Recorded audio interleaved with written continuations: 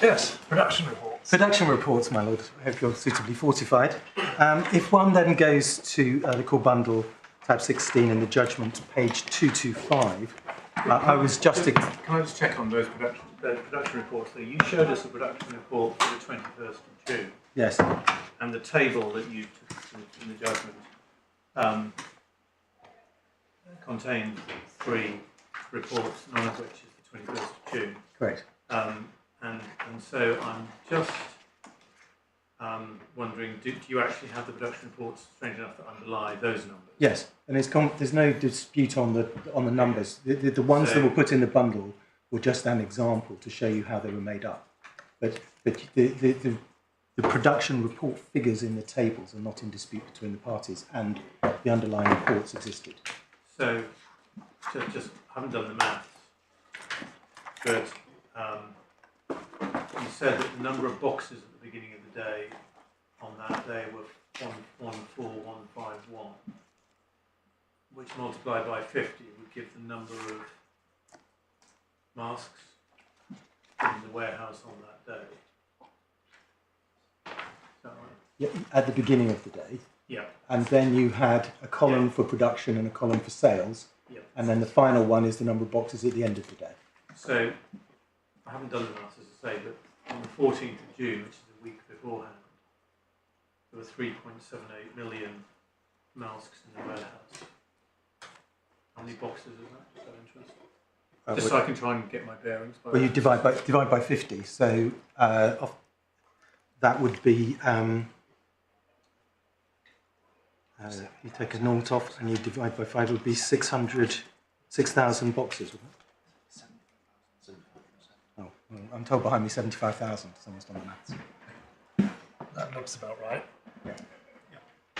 So they had in fact produced quite a few boxes between the 14th of June and the 21st of June, but just not for... I'm going to show you... well, these are the totals in the warehouse, and I'll show you all the figures in a moment. Yeah, because I'm just trying to get to what was going on, as it were, at the other end in the warehouse. Yes. At around about this time, and these two were only a week apart. Yes. And it didn't look to me as if there was it wasn't a close connection between those figures, so something else was happening at that time. I'll show you the whole schedule, but I understand where you're coming from, and I'll try and assist your lordship on that. But there's no dispute between the parties that the figures shown in these tables are the ones that the judge was entitled to find and hold. Oh, yeah. So, yeah. The point that I was on at this stage, and I will come on to the full figures and show you how that fits together, was simply that in the judgment here at 334, he's only looking at the position up to the 14th of June. And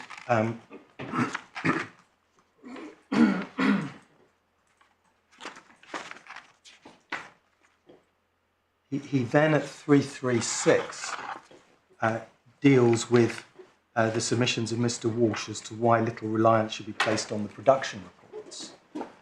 And a little 4, the submission was that the production reports made no allowance for masks which may have been sold forward otherwise than to Uniserve, or which may have been needed to meet legal requirements in Jordan to supply customers in Jordan, and he rejects that.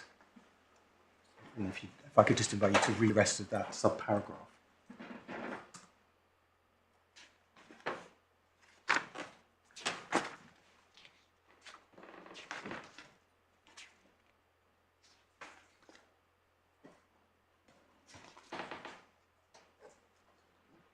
Is it right that the government of Jordan point emerged during the evidence, or was it live before that? Yes, it emerged during the evidence. So somebody mentioned it and nobody'd been alive to that point before? Well, there are 2 different government of Jordan points, and it's quite important to understand that there are 2 points.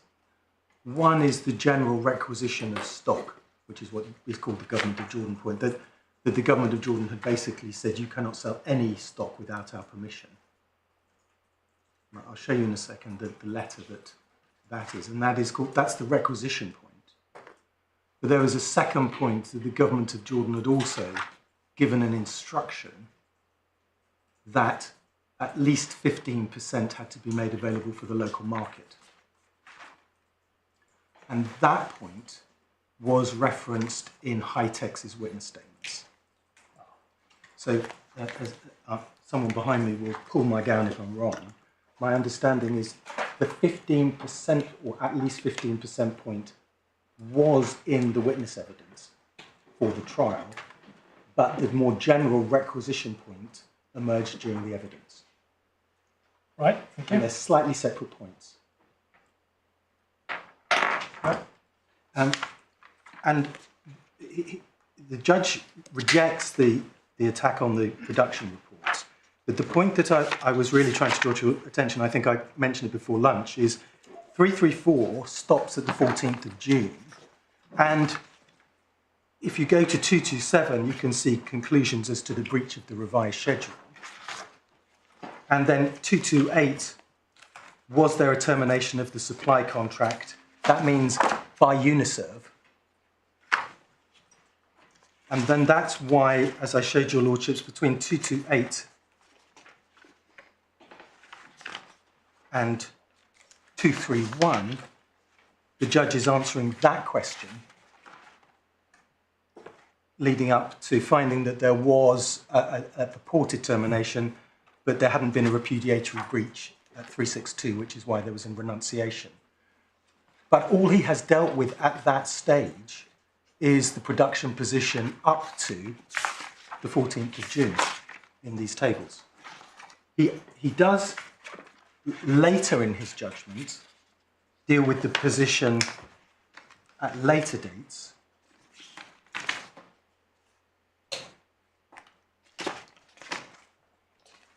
But this is under the heading, was there a termination by High-Tech's, that you see at page 231, heading 13. And if your lordships will see that 231, 232, 233 is dealing with the recycling argument, and then at 385 and 386, he's then dealing with the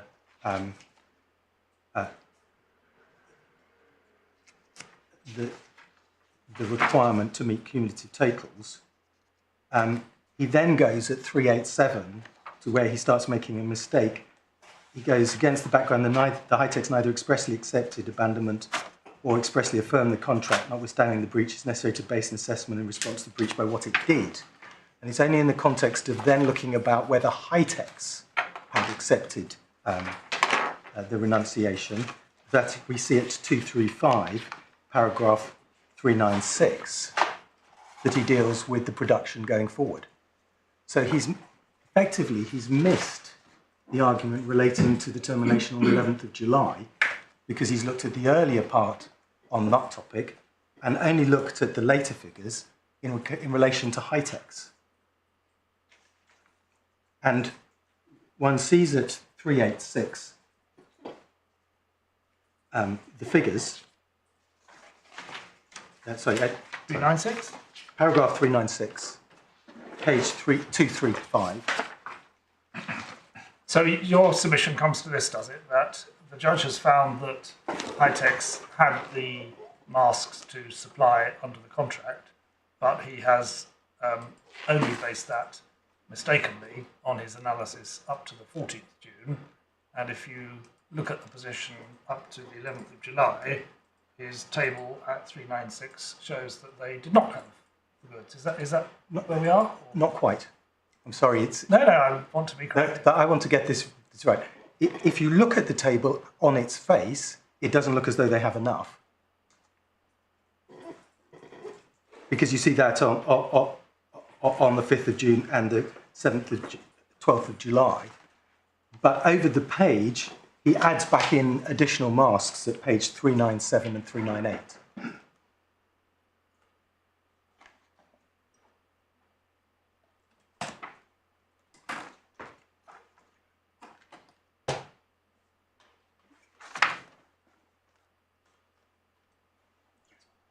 Because Sorry, But how many do you add back in? I beg your pardon, my lord? You add back in 2 million, is it? To consider, 397, to consider whether Hightex was supplying to the revised schedule, necessary to add the masks that did get to be shipped, which totalled 2 million, plus the first 1 million masks before the schedule was agreed. So he adds that back in 3 million. Well, it's not clear. So the 12th of July is then the critical date, is it? Because that's the first day that adding them back in doesn't get you to the total. Correct, but of course our purported termination was on the 11th of July. So the position is on this table, as at the 11th of July, if you add 2 or 3 million back in, we wouldn't be able to terminate. And on the 12th, they didn't have enough, but nobody did anything after that date. sorry, I'm not. Yes. He's talking about here that cumulative numbers to be supplied in accordance with the revised schedule. I'd have to go back to the revised schedule. Did the revised schedule include the ones that had been delivered? So by the 3 million.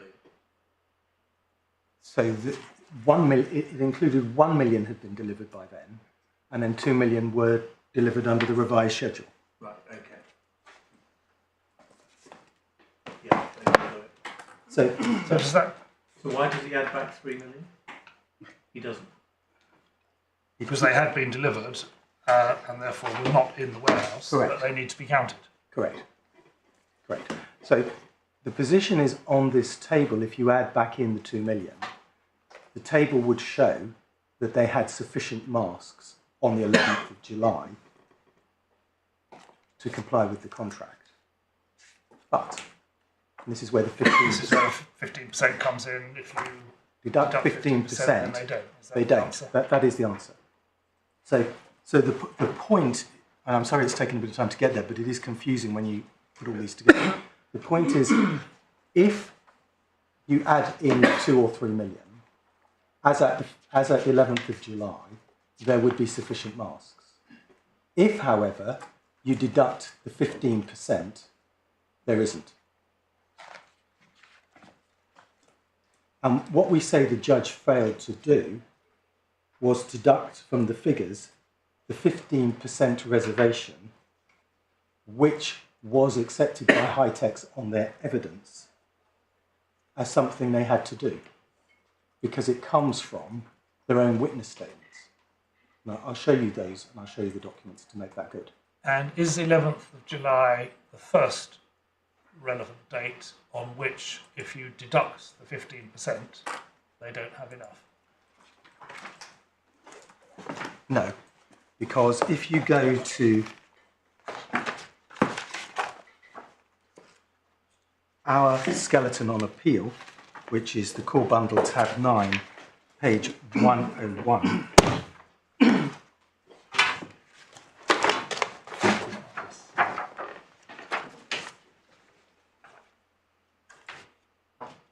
you will see that if you deduct the 15%, then there were not sufficient on the 21st of June. There were on the 28th of June, but there wasn't on the 5th of July,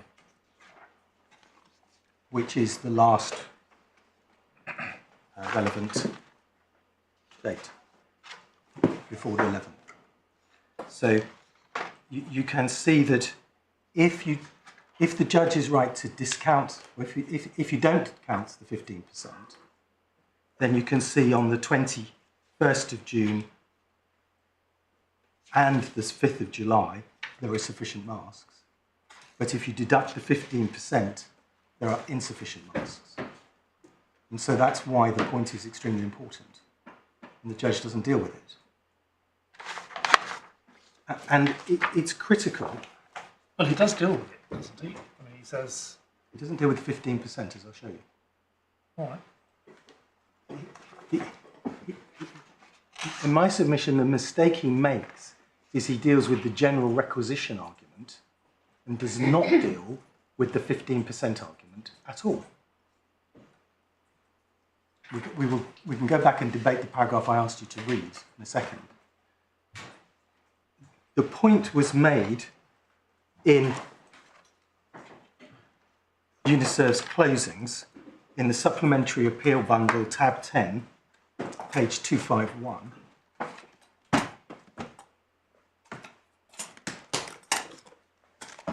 Where it said the requisition of high-test masks by the Jordanian government, or at least the requirement to supply a minimum of 15%, and then it deals with the 15% point.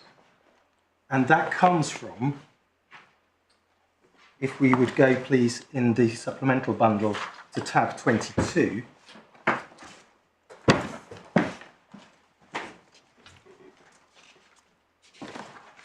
this is under the heading. So this is under the heading, all main matters undermine the weight the court can put on the documents. So this was an attack on the credibility of the documents. there are two different points. One is attacking on the credibility of the documents, but there's a separate point that even if you take the documents at face value, you have to deduct 15%. Yeah, but in this section of this document, it's only dealing with the attack on the credibility point, isn't it? Just to be clear about what this document is doing.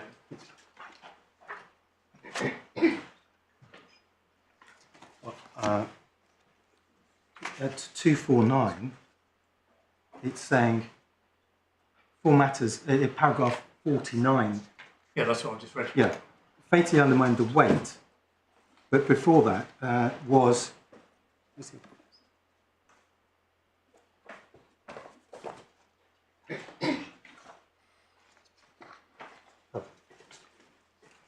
Sorry, yeah, your Lordship's right. Four matters undermine the weight that can be put as conclusive evidence to the production levels, but i.e.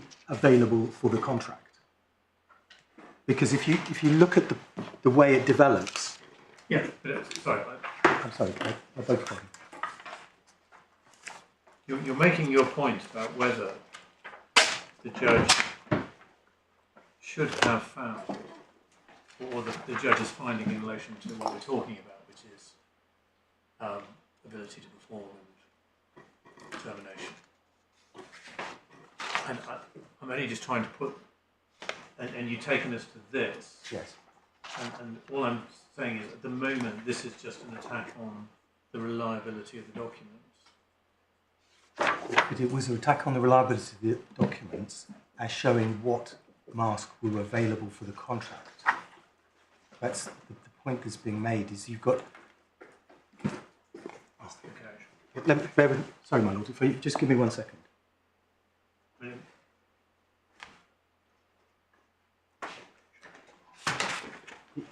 Is this the same? Yes. Okay. So, if you go to 249, where your Lordship was, where you're quite right. The paragraph 49 says, "Four matters fatally undermine the weight the court can put on these documents as conclusive of high-tech's production levels," and then he deals with the 4 points. And at paragraph 251 is the reference to the 15% minimum of high-tech's stock. Your Lordship have that at paragraph 53. Yeah. But then if we go to page 253,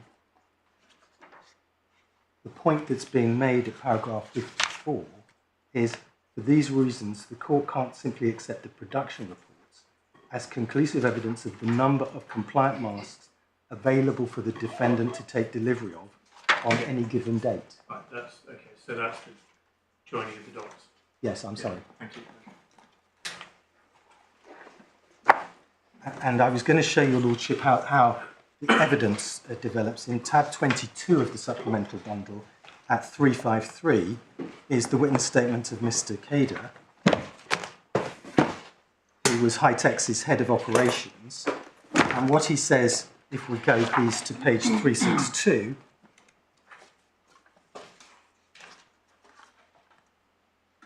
is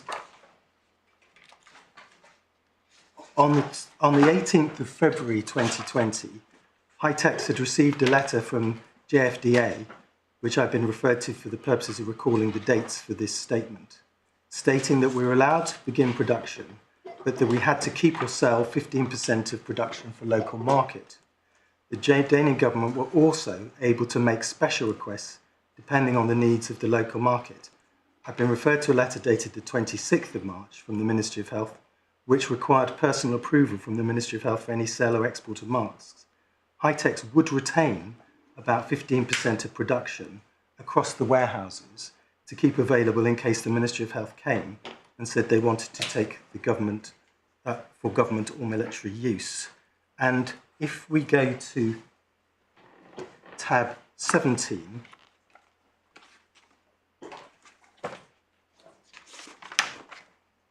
at page 332, at page 34 of the internal transcripts, you can see what the letter of the 18th of February said, because it was read into the transcript. We would like to inform you that we have no objection to beginning production, provided you commit to supplying the local market with at least 15% of your production. To proceed with the approval process, please provide us with the specifications on which your manufacturing process is based. We will review the specification and make an appropriate decision.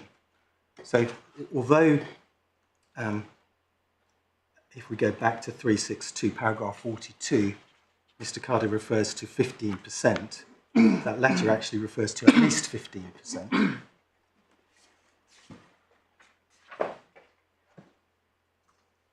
And if we then go to, that's the letter of the 18th of February. If we go please to tab 27, at 402 is a letter in Arabic with the translation over the page. Give me which page? Page 403, my lord.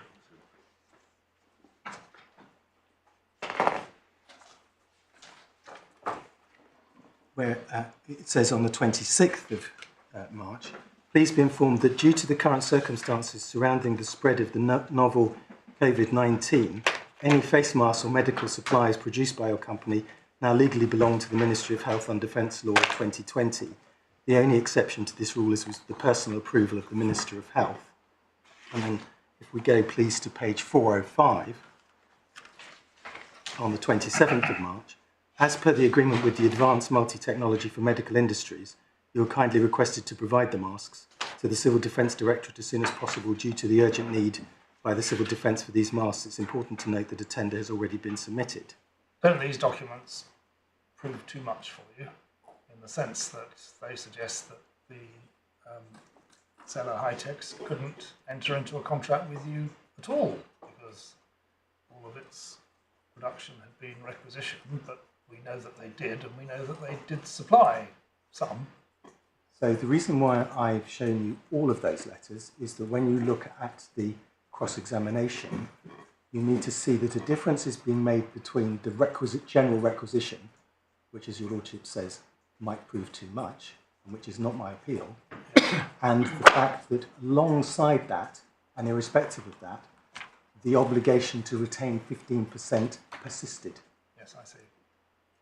So the reason I've shown you is that there were cross wires as to who was talking about what, but the evidence is clear, I would submit, from the cross-examination of the witnesses, that notwithstanding the requisition, and as your lordship says, but we know they entered into the contract, they nevertheless kept back 15% at all times in case it was called on. And So is the evidence that what was in the warehouse had not been called on? yes, and was retained, and 15% was retained. Because obviously 15% of the production, if just simply requisitioned or taken, might never reach the warehouse. But there was some evidence about that. If I show your lordship the transcript of the cross-examination, the question was what did they do with the 15%? Was it put to one side? Did it maintain as part of the production record? And the answer was it maintained as part of the production record, but they nominally kept 15% back. And if I show your lordship the bits of the transcript, that'll make that good. If we go in the supplemental bundle to tab 15,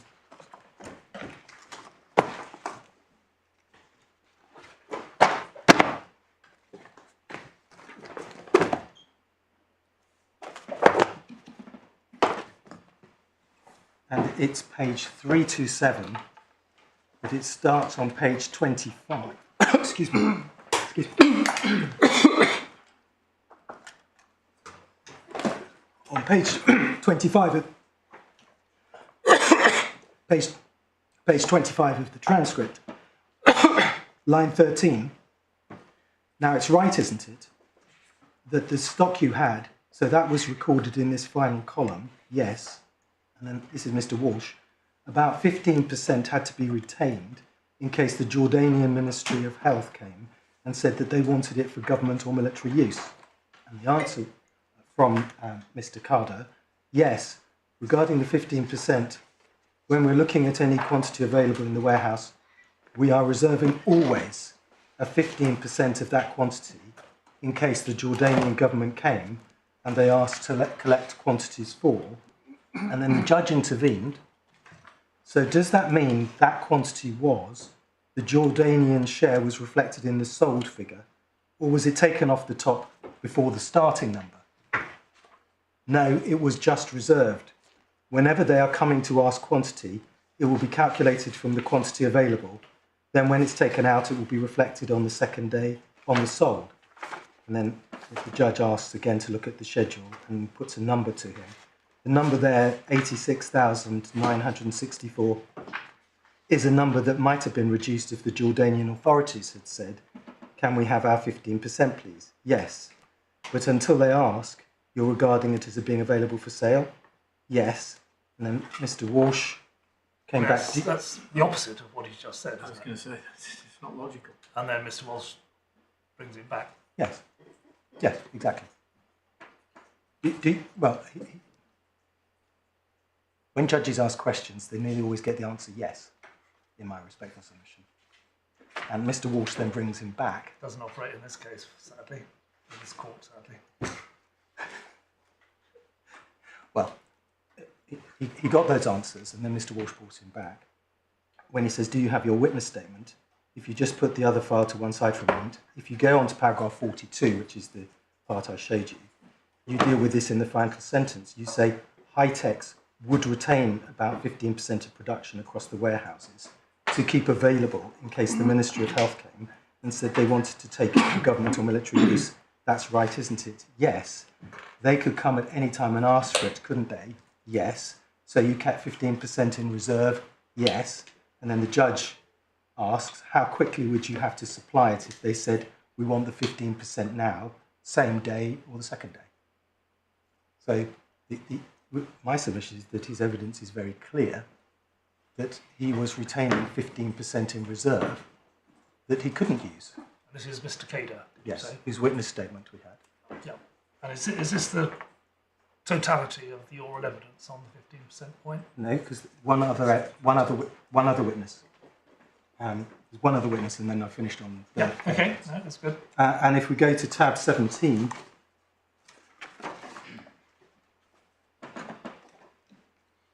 At page, first of all, just to put it in context, Mr. Walsh is now cross-examining Mr. Al-Grabili, and at page 31, he was putting to him, as you can see, the letter that I showed your lordships at page 31. Please be informed that due to the current circumstances surrounding the spread of the novel COVID-19, any face masks or medical supplies produced by your company now legally belong to the Ministry of Health. The only exception to this is with the personal approval of the Minister, and that's signed by the Minister of Health. Do you see that? This is a document you would have seen at the time. Yes, I received it. You received it. Yes, because I had a meeting with the Minister and he gave you the letter. Yes, after the meeting he signed and gave it to me. And the cross-examination carries on over the page, so page 332 of the bundle, page 33 of the transcript, picking it up at line 23. The Ministry of Health never gave you personal approval to keep any quantities of face masks that you were producing, that's right. And then the answer that comes back is, so there is a letter which shows that, 15% of the produced masks should be kept in the country and not to be exported. My question, and this is where the cross purposes comes in. My question to you was, the Ministry of Health never gave you personal approval to keep any quantities of the face mask you were producing. I didn't get your question. I'll try one more time. The Minister of Health never gave you personal approval to keep any quantities of the face mask you're producing. And then he comes back, so there's a letter showing that there should be 15%. All right, let's look at that. And then he shows him the letter, the 15% letter that I showed your lordships. Is that the letter you're referring to? Yes. And then the date of this letter, 18th of February, and then he reads the letter to him. This predates the letter you've just been looking at. So this letter was at the beginning, at the start of the pandemic, yes. So the Minister of Health is responsible for this organisation. I think for Medicine and Food and Drug Administration is responsible for this. So let me see, I have this right. At the start of the pandemic, you're told to reserve 15%. Yes, that's correct. Yes, yes. And as the pandemic gets worse, a law is introduced called Defence Law number 2 of 2020. Yes, sorry. As the pandemic gets worse, a law is introduced called Defence Law 2 of 22. It's referred to the letter on page 34. Yes, yes.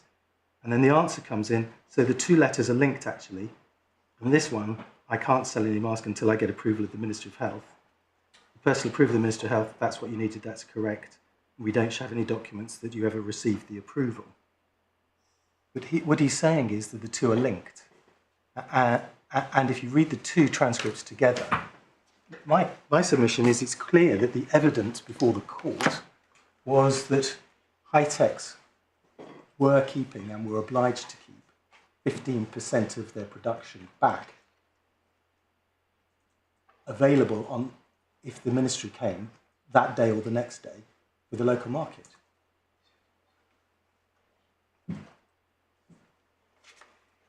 And if you then go back to the judgment at 226, as I showed you. I mean, I think the point that was being put, I can see the problem the witness had and the way it's being put. I mean, you've got an earlier letter which says keep 15% back.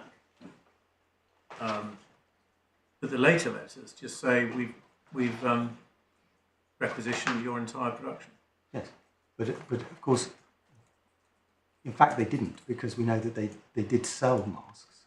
But the point was there were two different instructions, and the evidence of the witnesses read both together is that they were keeping 15% back. Because he keeps coming back to the 15% letter. Yeah, I mean, the cross-examination was on the basis, basically, you couldn't sell anything. Yes, of course it was, and he came back and said, no, that's not right, I have to keep 15%. And Mr. Calder's evidence in his witness statement was, I had to keep back 15%, and that's what it says in cross-examination. So, at least for the purpose of this appeal, you only need the 15% point. Correct. And the problem, if you then go back to the judgment at tab 16, page 226, subparagraph 4, is the judge doesn't grapple with the 15% point. He really aligns the 2 points together. And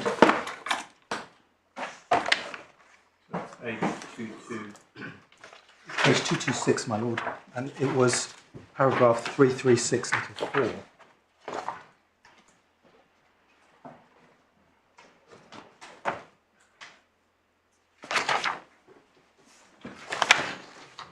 Where the judge is dealing really with the requisition point. He doesn't mention the 15% point.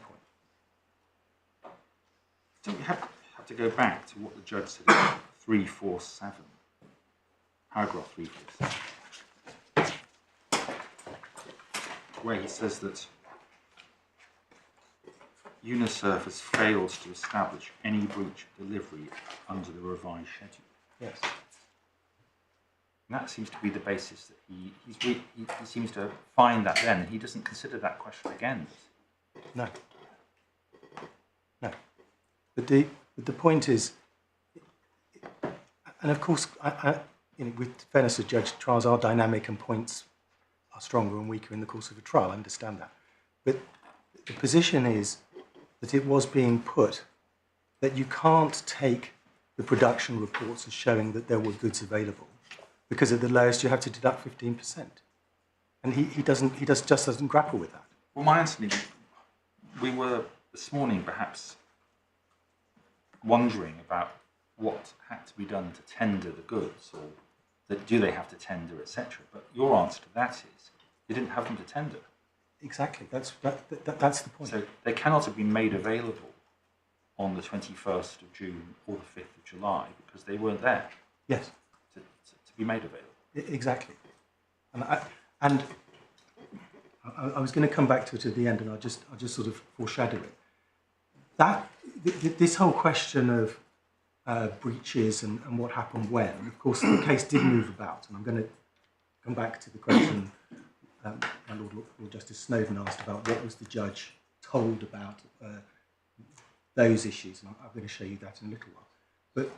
But the main point that was being made to the judge was they didn't have enough masks available. Whatever the position as to what one has to do under an ex-works contract, and there was some debate in opening as to do you have to tender, do you have to give notice. There was a bit of debate on that. Seems to have moved very much to, it doesn't really matter. The point is they don't have the goods available. That was the point that by the end of the trial was being put. And at the minimum, you have to deduct 15%, which is, after all, their own witness's position. The witness statement of Mr. Calder is clear that he had to keep back 15%. And the point that was being made to the judge is you can't rely on the production reports as showing the amount that is available for the contract because you have to deduct 15%. And so, my Lord, respectfully, the debate we had this morning, we say doesn't matter for this appeal. Our point is a simple one, that if you deduct 15%, it's not available. And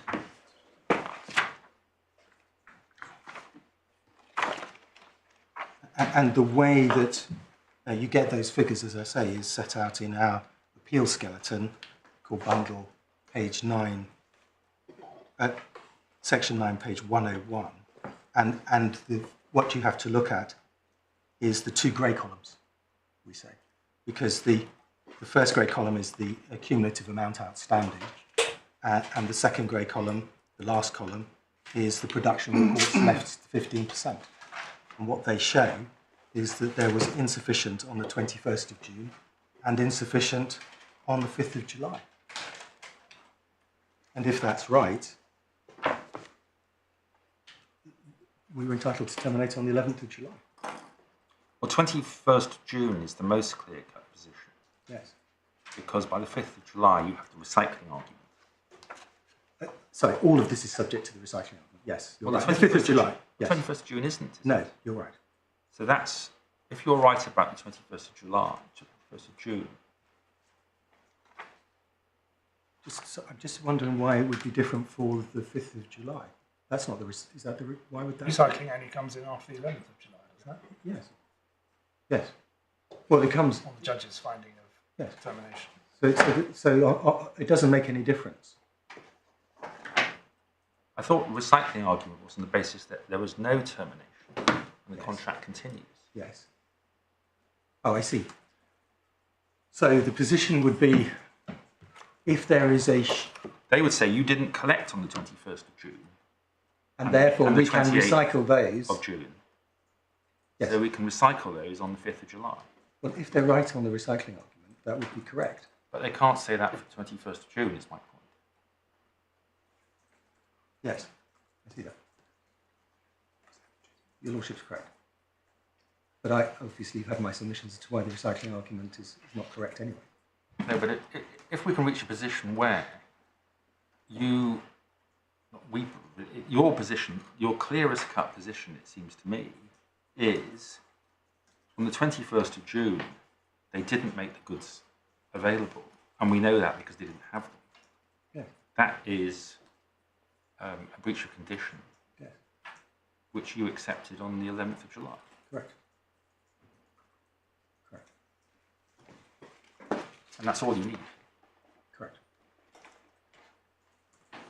And it's not said that, because there's quite a time gap between the 21st of June and the 11th of July, that you'd lost any right in the meanwhile. And that's simply not in the case, is it? No. Because they're not, they can't, the affirmation argument, it relates to the revised schedule. There's no case that there was something after that. Yes, exactly. Although one of the slight oddities is that they did plead that the affirmation went up to and included the 11th of July in their pleading, but I can't respectfully see how that can be right, because the revised schedule obviously cannot waive or affirm a breach that has not yet occurred.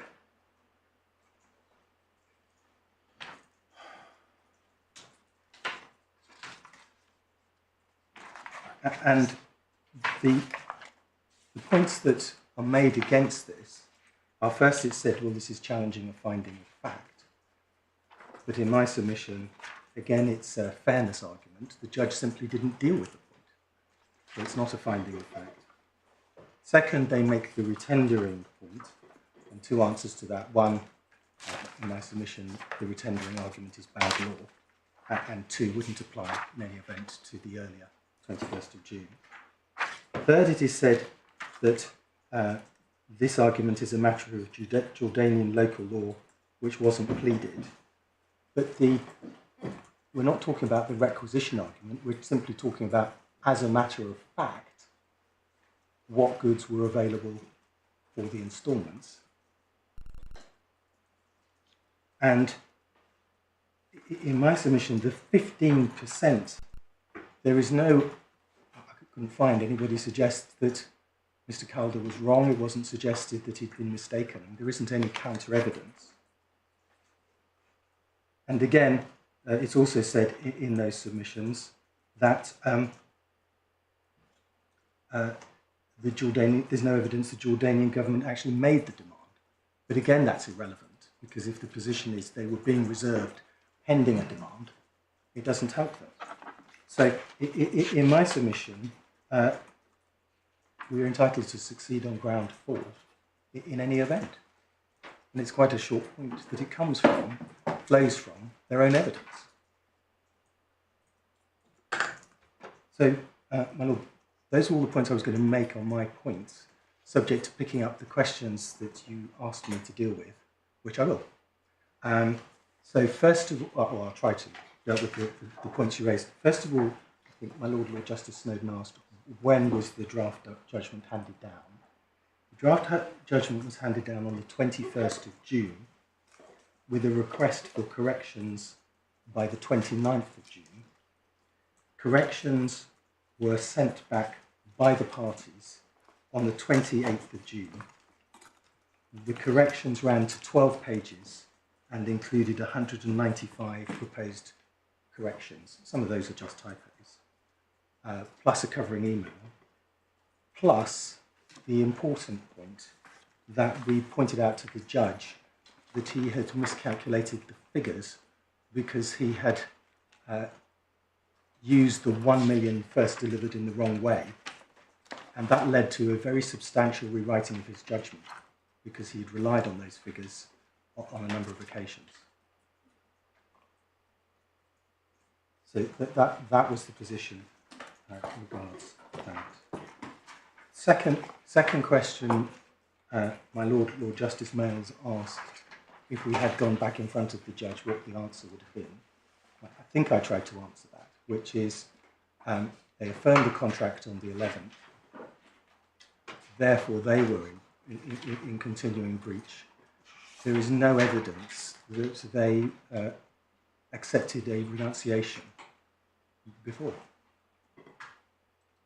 And whatever the manufacturing reports show them doing in mid-July internally cannot be sufficient because you have to transmit any acceptance of a renunciation to the other party. So where he deals with, and this is what he used the production reports for, to say they weren't manufacturing, well, that can't be sufficient.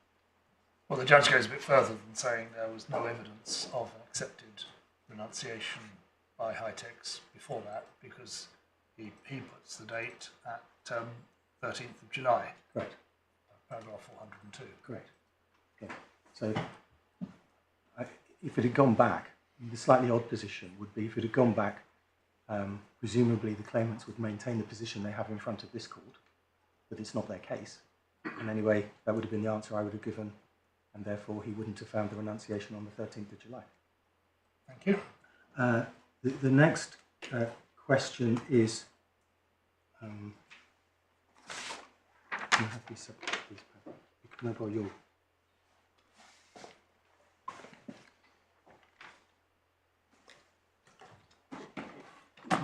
The next question was, what was put to the judge regarding, for example, section 27 and what the obligation was regarding delivery and notices, and linked to that, whether the 4 shipments that they didn't tender amounted to a repudiation themselves. And if I can show your lordships what was said on this topic, and then make a couple of submissions. If we go to the supplementary bundle, tab 7, page 68.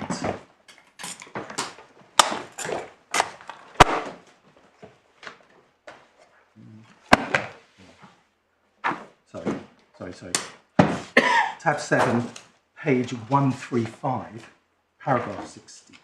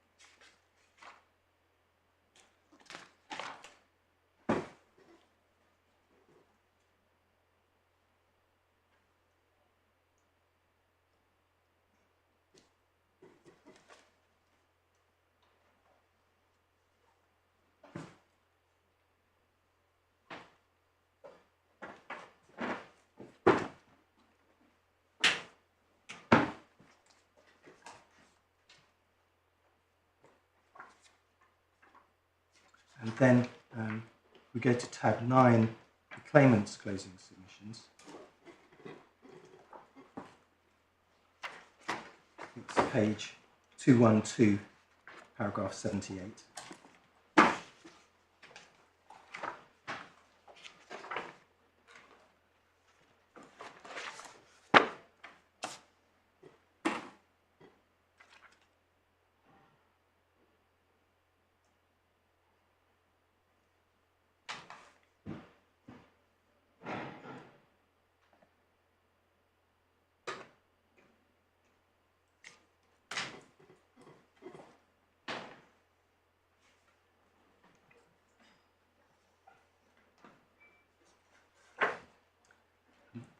Then section 10, page 273, paragraph 119.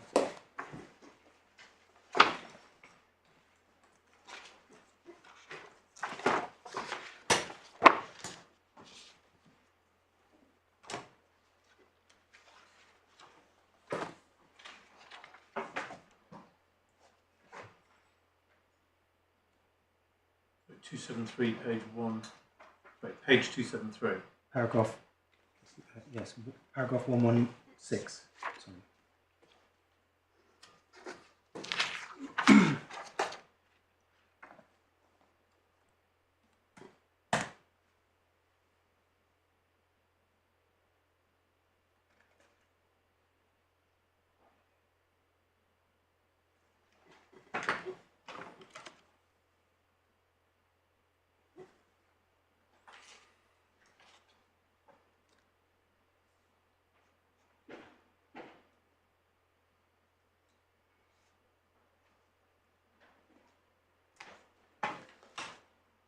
And then finally, tab 14, page 326, the transcript at page 101, so the top left, you'll see a short exchange. So you're going to have to, I just couldn't hear. I'm so sorry, my lord, I was looking down, I apologise.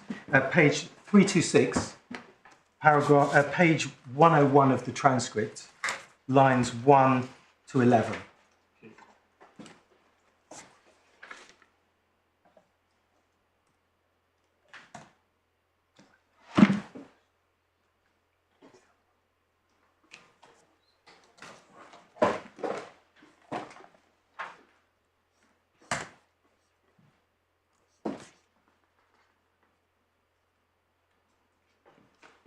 and that's it. So it was in play that there had been no deliveries. But it is right to say that the focus became very much there were no deliveries because they didn't have enough goods. And that the 15% point and the production reports. And it's also, I should say, of course, our ground 4 of appeal focuses very much on the 15% point. I answered your Lordship's questions of the other ones this morning, but the focus was the 15% point, to be clear. There's a suggestion in Benjamin that if it's an ex-work contract, it may well be implicit, it may well be an implied license to go onto the premises to get the goods. Yes, but what Benjamin doesn't deal with is the points that we were debating this morning about whether you have to be given notice and so on. There's very little on that. I see where your Lordship's coming from, that would suggest you could do that without notice. I understand that, but there's nothing in Benjamin that really answers the questions your Lordships were putting to me this morning.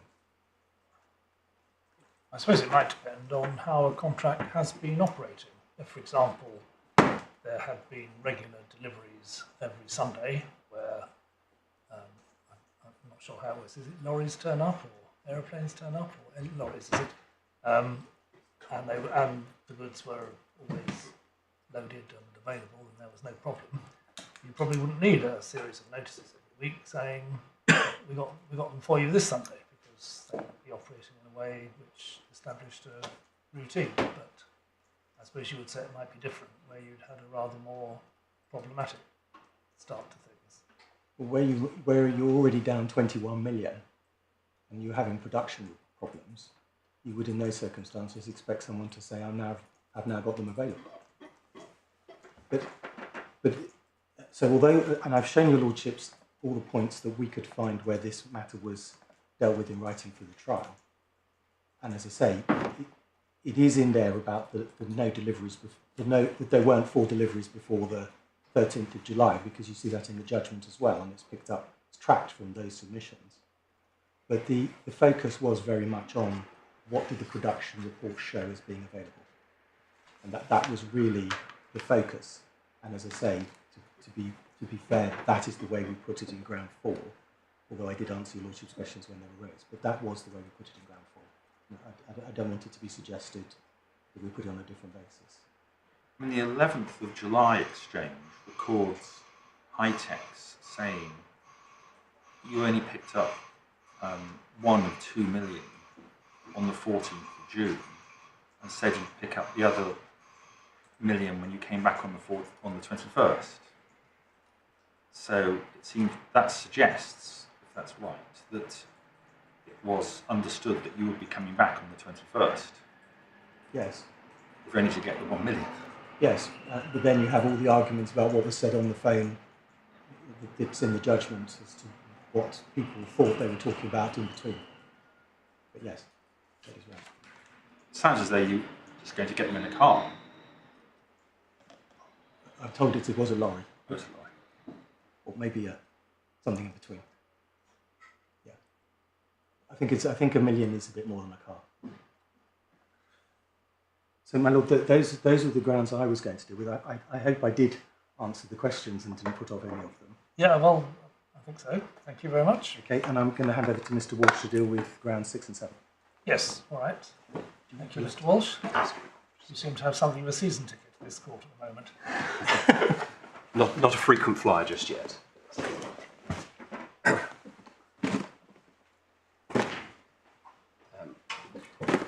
My Lords, as Mr. Parsons has said, I will be dealing with grounds 6 and 7, both of which relate to the misrepresentation case that was run at trial. Ground 6 is now conceded, so I can deal with that briefly, but I do need to touch on it because that feeds into ground 7. If I could start, though, with the representations that were the subject of the argument, and it was a misrepresentation defence / security of action counterclaim.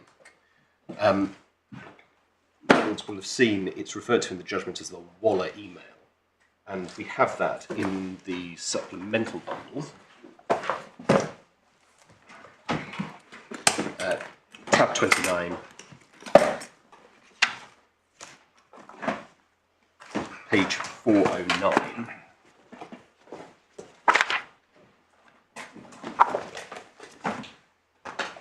My lords will see at the bottom of the page is an email from Dr. Stead of Maxitrack, who's at that stage acting on behalf of Uniserve, to Mr. Waller and Andrew. It's difficult when there are two Andrews, but this is from Dr. Stead. Can you please confirm the following? A, there are 10 million available. If not in stock, by when? And the very best FOB Jordan for all target is 49 cents. When it is for NHS England, we have to factor in freight, etc. And then the reply to that is what is called the Waller email in the judgment. And that's Mr. Waller's response to Dr. Stead. Hi, Andy. There are 5 million available on the 15th of April, 5 million on the 22nd of April. We can then produce 5 million a week from there on in. Let me see what I can do on price. It's not clear from those exchanges alone that Mr. Waller is talking about masks from Hightex, but that becomes clear later on. Uniserve was sourcing the masks for supply to the Department of Health and Social Care in the UK during the pandemic, and the good news, if one can call it that, from the Waller email is communicated to those in charge of government procurement the next day. We see that in tab 32, page 412, where Mr. Liddell of Uniserve writes to two people, and you'll see from the email addresses, they are MOD email addresses. Court may recall that during the pandemic, people were seconded to work on procurement from other government departments. But anyway, these are the contacts within the government that Mr. Liddell talks to, and he says the very next day we can get 5 million masks from next week, and then 5 million a week thereafter at a rate of 87 pence per unit. We need to act quick. These aren't from China. Some of the recent rule changes won't hinder us working on gowns and aprons. And of course, he's quoting a price that includes getting the masks from Jordan to the UK. So that's how it's passed on. And I'm not going to take the court, unless you would like, back to the supply contract, because you saw that this morning. But you'll have seen from the supply contract, in its original form, it contemplated 6 million masks at the end of April, and then 5 million masks a week throughout May, with then increasing quantities thereafter. So that's the backdrop in a nutshell. Now, Uniserve's position on the Waller email in the litigation can be seen from the pleadings. And if we could turn up, please, the defence, which is in the core bundle, tab 25, page 371.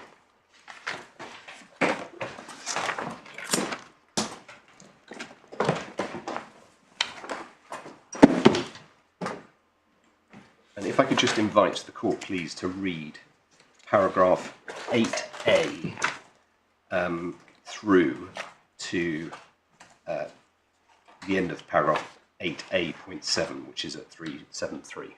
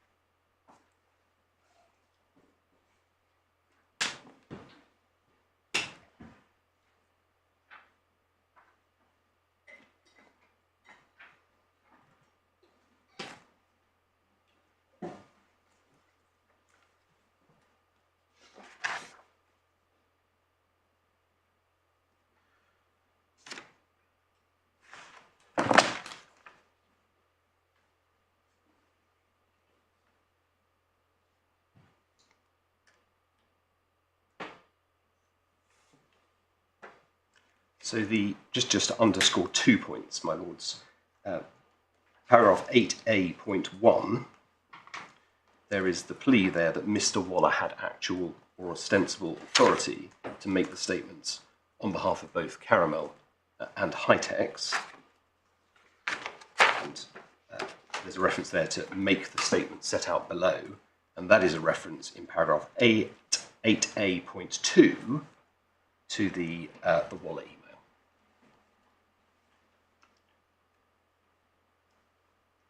And then if we look at the reply, that's in the next tab, and paragraph 386. Paragraph 4A is a plea back to those paragraphs we've just been looking at in paragraph 8A, and the plea is that the facts and matters alleged in subparagraphs 8A1 and the first sentence of 8A2 are admitted. So that admission includes the allegation that Mr. Waller had actual or ostensible authority to make the representations in the Waller email on behalf of both Caramel and Hightex, and that was therefore common ground on the pleadings. The matter, if one keeps the reply open, the matters that are put in issue are the matters that are set out in subparagraph B, where it's alleged that the Waller email did not contain statements of fact, but expectation or belief. Subparagraph C, where it's suggested that Hightex had reasonable grounds for making the statements, consistent, of course, with the idea that the statements were authorised by Hightex. And then over the page, the wrap-up point in subparagraph F, representations were true. Alternatively, Hightex believed the representations to be true and had genuine grounds for doing so. Alternatively, Hightex was not reckless. Again, all consistent with Hightex authorising the statements in the Waller email to be made. So that was the position on the pleadings.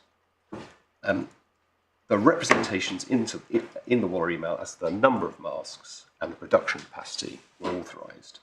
Certainly no argument in the pleadings that some unauthorised third party had gone on a frolic of his own and made representations. There was no suggestion to that effect from the claimants in their written opening at trial, and no suggestion in the claimants' written closing of any backtracking either. When it came to the oral closing arguments, if we just look at the supplemental bundle, which is in tab 18. Well, if you need to show us this for the purpose of ground 7, then do. But I mean, it's pretty clear, isn't it, that ground 6 is accepted? Ground 6 is accepted, and I'll move on.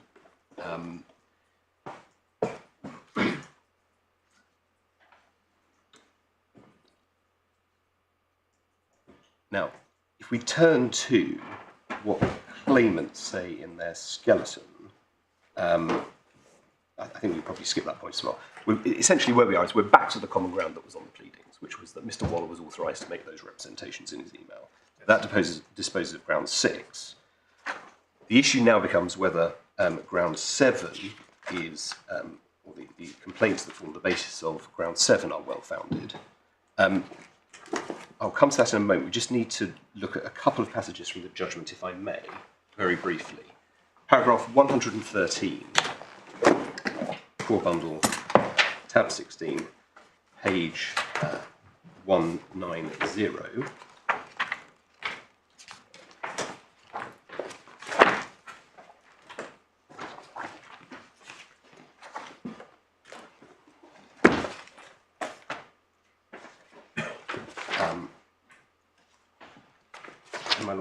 So paragraph 113, I conclude that if Hightex had made the representations that were made in the Waller email, which I do not consider to be the case, which is where the judge went wrong, at least 2 of the representations were either false as to a statement of Hightex's honest belief, or that Hightex would have been reckless or careless as to whether it was true or false. And the 2 representations, just so we're clear, the judge is referring to there, are the 2 representations one sees in paragraph 110. And the first of those is that 5 million masks will be available by the 22nd of April, and The second is that it would be 5 million a week thereafter. So they're the two representations that the judge says, look, I don't think that these were representations from Hightex, but if they were, they effectively meet the threshold for a fraudulent misrepresentation. And had the judge appreciated that the representations in fact did come from Hightex, he wouldn't have reached that conclusion. And he would also not have reached the conclusion once he's over the page at paragraph 118, and this is important again for ground 7, that Hightex did not intend that the representations should be relied upon. So his conclusion in paragraph 18 is that the Waller email was merely informing Dr. Stead that Mr. Waller thought he had found a potential supply, and therefore it wasn't effectively relied upon as forming the basis for the contract that then followed. But of course that conclusion is dependent on it being the product of Mr. Waller only and not an authorised representation on behalf of Hightex, and that becomes relevant when we look at ground 7. So turning to ground 7. In order to, the judge finds what the representations are, but that involves a certain amount of interpretation of the Waller email, because the representations he finds are essentially inferences from what is said. He finds they had or would have had no honest belief in the email as interpreted by him, but does he also find that that is how it was understood by the representor, because the representor might not be regarded as being deceitful or fraudulent if they don't realise that what they have said is to be interpreted as the judge finds. So does he plug that gap anywhere?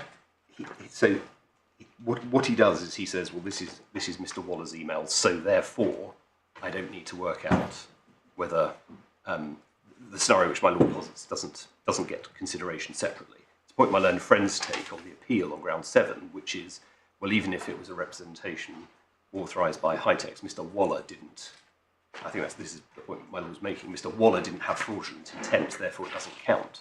And I'll come to that in a moment. But the short answer is, if this is not a situation where Hightex say to Mr. Waller, you're free to go and have a chat. The common ground on the pleadings is that the representations that were made in that email were authorised by Hightex. So the relevant question for the court is whether Hightex believed them, whether they reflected Hightex's honest belief or not. And the judge did grapple with that, albeit obiter, where he said, well, if they come from Hightex, which he should have found. But the representor still has to appreciate, doesn't he, that he is making the representation which the judge found that he was. That's right. In order to be fraudulent. But in circumstances where Hightex approve the representations, authorise the representations, the representor here is. But suppose the email had come from the chief executive of Hightex. He'd still have to understand that what he was actually saying was things to do with how many machines there will be and all the rest of it. Yes, but which is not what the email says. No, but the judge does say, paragraph 113, that if Hightex had made those representations, at least 2 of them were false. That's the same as if Hightex's honest belief, or the Hightex would have been reckless or careless as to whether it's true or false. And what precedes that is effectively an analysis of whether Hightex had grounds for making the statements on the assumption it was an email from Hightex, which he's already found that it wasn't, because he says it's just Mr. Waller, ignoring the common ground on the pleadings. So if we go back to the common ground on the pleadings, we're into the scenario that the judge does consider, which is, well, it's a representation from Hightex, and did Hightex have an honest belief in their truth or falsity, or were they reckless as to that matter? So we say that once you get back to the common ground on the pleadings, the judge answers this point as to whether it's effectively a true or false statement of expectation and belief from Hightex or not in paragraph 113 of his judgment. I'm struggling with if a company can only ever have an intention in the shape of a person. Yes. And if a director who has authority under the Constitution makes a representation on behalf of the company, you usually then attribute the state of mind of that director to the company for that purpose. Why is it any different when you are dealing with an agent who has authority to make a representation on behalf of the company? Why would you go any further? If the agent has authority to make a representation on behalf of the company, at least on the face of it, I thought you start with the proposition that that state of mind is to be attributed to the company, don't you? Well, it rather depends in our submission, my lord, on what the authority is to do. Because it may be that he's authorised to go and negotiate, for example, and then he says something, and he's got authority to enter into that negotiation, but he says something which is fraudulent or negligent, and then that may get attributed back to the company. Yeah, I accept you're that. right, absolutely right. I mean, But here, this is why the pleadings are really quite important. The pleaded case was that Waller was authorised by Hightex to make those particular representations that were found in the Waller email. 5 million on this date, 5 million a week thereafter. And so then you go back to the source and say, it doesn't matter that it comes through Mr. Waller, because it's not directly to Uniserve either, it's through Dr. Stead. And that's why you have to go back and say, right, we go right back to the source. This is where the authority comes from to make these statements. Did these people believe in this? Or put it another way, you just say that Mr. Waller's state of mind is not for this purpose to be attributed to Hightex. He might have been, as it were, a dumb agent. And then you have to look at who told him to say that. Yes. Essentially, That's right, my lord. And, that's an answer, right. and it would obviously be unattractive, particularly unattractive in this case where Mr. Waller wasn't called to give evidence. If you could defeat a representation that was authorised, a specific representation as to figures that was authorised from the principal, you could establish that the principal had no grounds for no honest belief in what he was telling Mr. Waller to communicate. Establish that at trial and then say, but Mr. Waller, who we didn't call and you couldn't cross-examine, he was to use my lord's expression, the dumb agent, didn't know anything, and so you can't get home on fraud, I'm afraid. That would be most unattractive. So that's where we are on the pleadings and on ground 6, which, as I say, is now common ground. There are 2 points that are made on ground 7. Firstly, that the wrong test for reliance was adopted by the judge. And secondly, that the judge gave no weight to the evidential presumption that is present on when it comes to inducement in a fraudulent misrepresentation case. And I'll take those 2 in turn as briefly as I can. It's quite curious, as of interest. I mean, the way it's actually pleaded is that Mr. Waller was a conduit who had actual or ostensible authority to make the statement set out. I mean, I understand actual, but ostensible suggests that he doesn't have any actual authority to say that. That's why it's important to look at the reply and see that there's just a general admission of actual and ostensible. Both. The pleading of actual or ostensible in that circumstances is...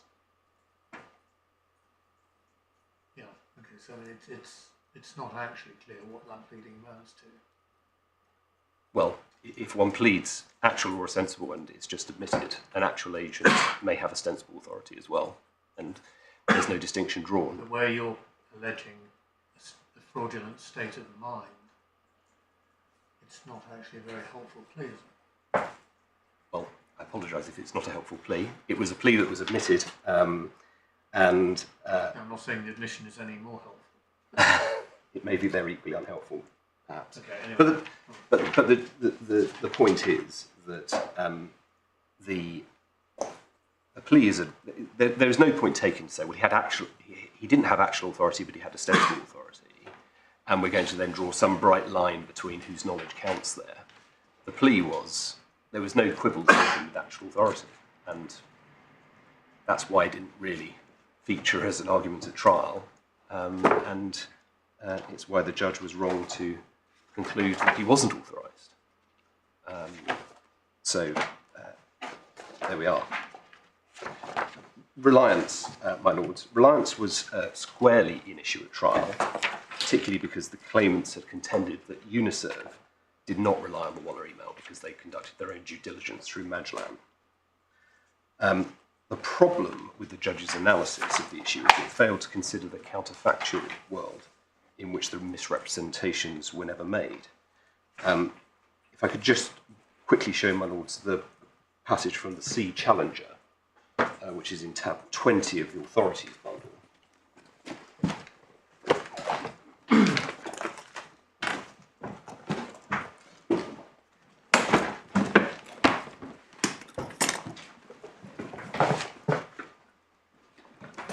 It's an appeal from the judgment of Mr. Justice Foxton at first instance. And the dispute in a nutshell was whether the ship owner had misrepresented speed and performance figures for the vessel to her time charterers. The time charterers had contended that there were such misrepresentations, which induced them to conclude the time charter of the Sea Challenger. Mr. Justice Foxton found that false representations were negligently made, but these were not inducing because the charter party would have been agreed on the same terms, even if the representations had never been made, and the appeal on that finding was dismissed by this court. The relevant passage is from the judgment, or the passage I would like to draw your attention to is from the passage of Lord Justice Mayles at page 522, and it's paragraphs 61 to 63. If I could just invite your lordships to read or reread those paragraphs as the case may be.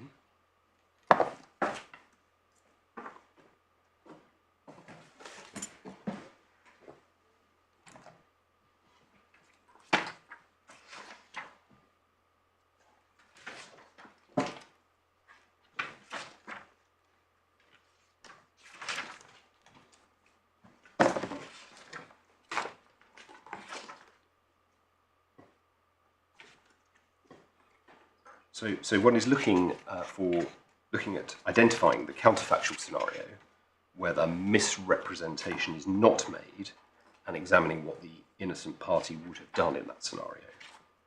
And as my Lord Justice Mayles makes clear in those passages, the first step, and necessarily the first step, is to identify the hypothetical factual scenario where the misrepresentation is not made.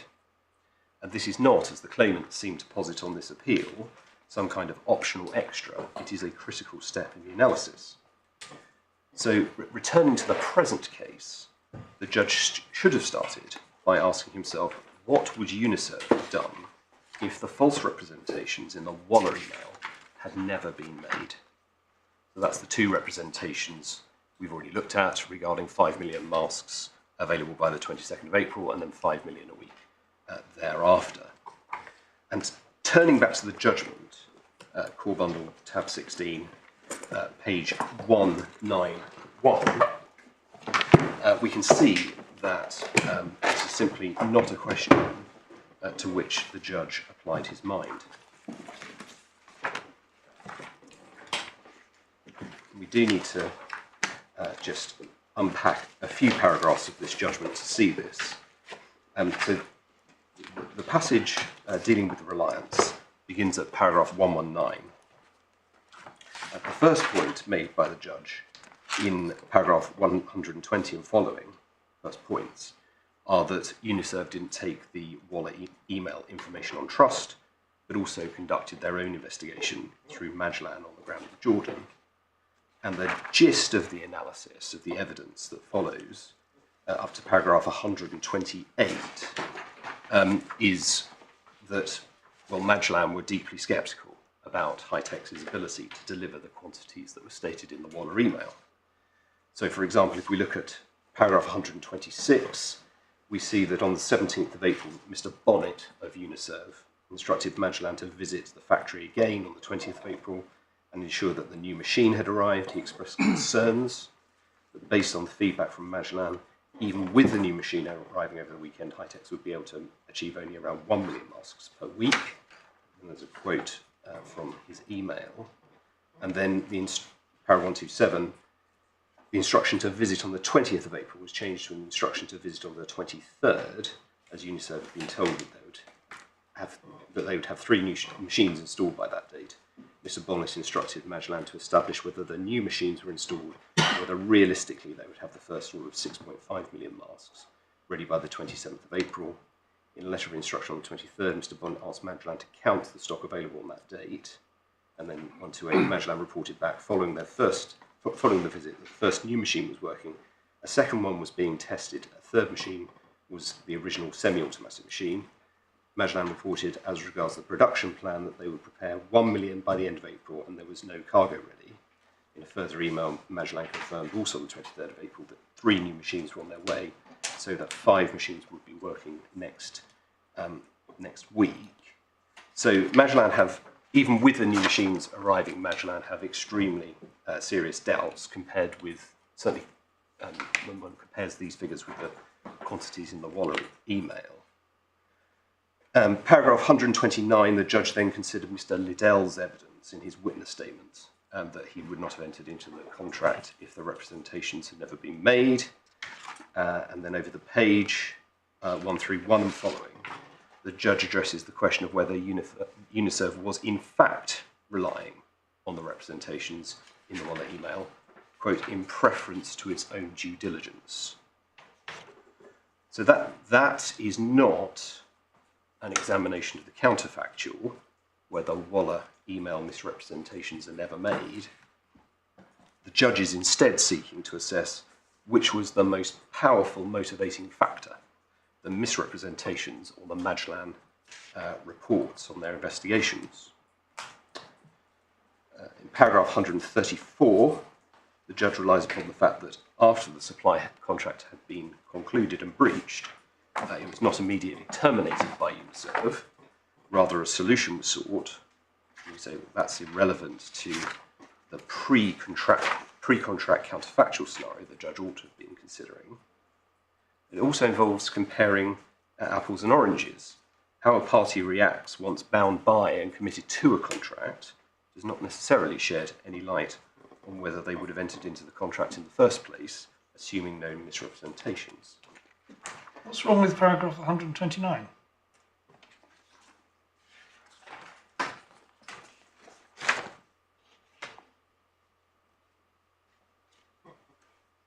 Well, obviously I quibble with the last sentence, although not on this appeal. But, Yeah, but that's the judge asked the question, what would have happened if he hadn't been told, there hadn't been a misrepresentation, and he doesn't believe Mr. Liddell saying he wouldn't have entered into the contract. Yes, my lord, there is that one sentence. In my view, this is simply not true, but if one looks at that actually in the context of which the analysis is taking place, it is not actually the context which one is required to consider when it comes to a misrepresentation analysis, because it's buried within and eclipsed by all the other points here, which are unpacked, which are not on a counterfactual at all. They are on premise that, well, I've got these misrepresentations on one hand, and I've got this investigation by Magellan on the other, and I've got to try and weigh which was the dominant in Mr. Liddell's mind. And that's really what all this is going to in our submission. And we see that further in paragraph 135, where we made the point in closing that a misrepresentation claim can be found even if the representation relied upon was only one element of the matters relied on. And he says, I don't see, however, how this point advances Uniserve's case. Uniserve could not at the same time believe the statements in the Waller email would prove true and that the information it received from Magellan was true. He would have to decide whether it relied on one or the other. And again, that's not a counterfactual analysis that he ought to be conducting. This is, well, I'm peering into the mind of Uniserve and trying to work out which is the dominant cause of them entering into the contract. And we say that's wrong as a matter of principle. And then he goes on to say there can be no doubt that it would rely on its own investigations in preference to a prediction made some 3 weeks earlier by the agent of a middleman who was seeking to put the deal together. And that's important because it shows how his conclusions in relation to authority, which we now have as common ground, were incorrect on ground 6, are infecting his analysis in this factual world, where he's saying, well, look, the Waller email is just a prediction made by the agent of a middleman. It's not the common ground on the pleadings. It ought to have been, even if this analysis is permissible, it ought to have been, these were representations authorised by the factory itself. And weighing that against Magellan, who were turning up and no doubt doing their best. And then we have the conclusion in paragraph 136 on reliance.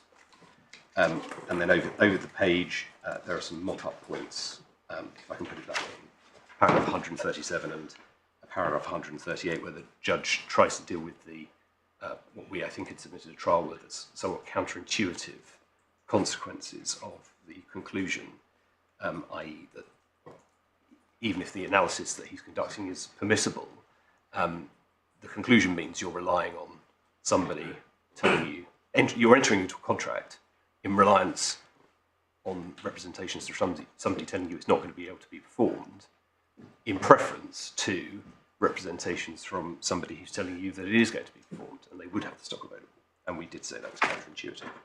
But the important point from that passage is, so far as ground 7 is concerned, is that the counterfactual scenario is never properly laid out and considered. Instead, we have the judge trying to assess which of the misrepresentation or the Magellan assessment weighed more heavily on Uniserve's mind. And that is just, we say, a wrong first step. Now, when we sought permission to appeal, the judge said that he thought it was unnecessary for him to consider the counterfactual. And we see that at tab 20 of the core bundle, page 341.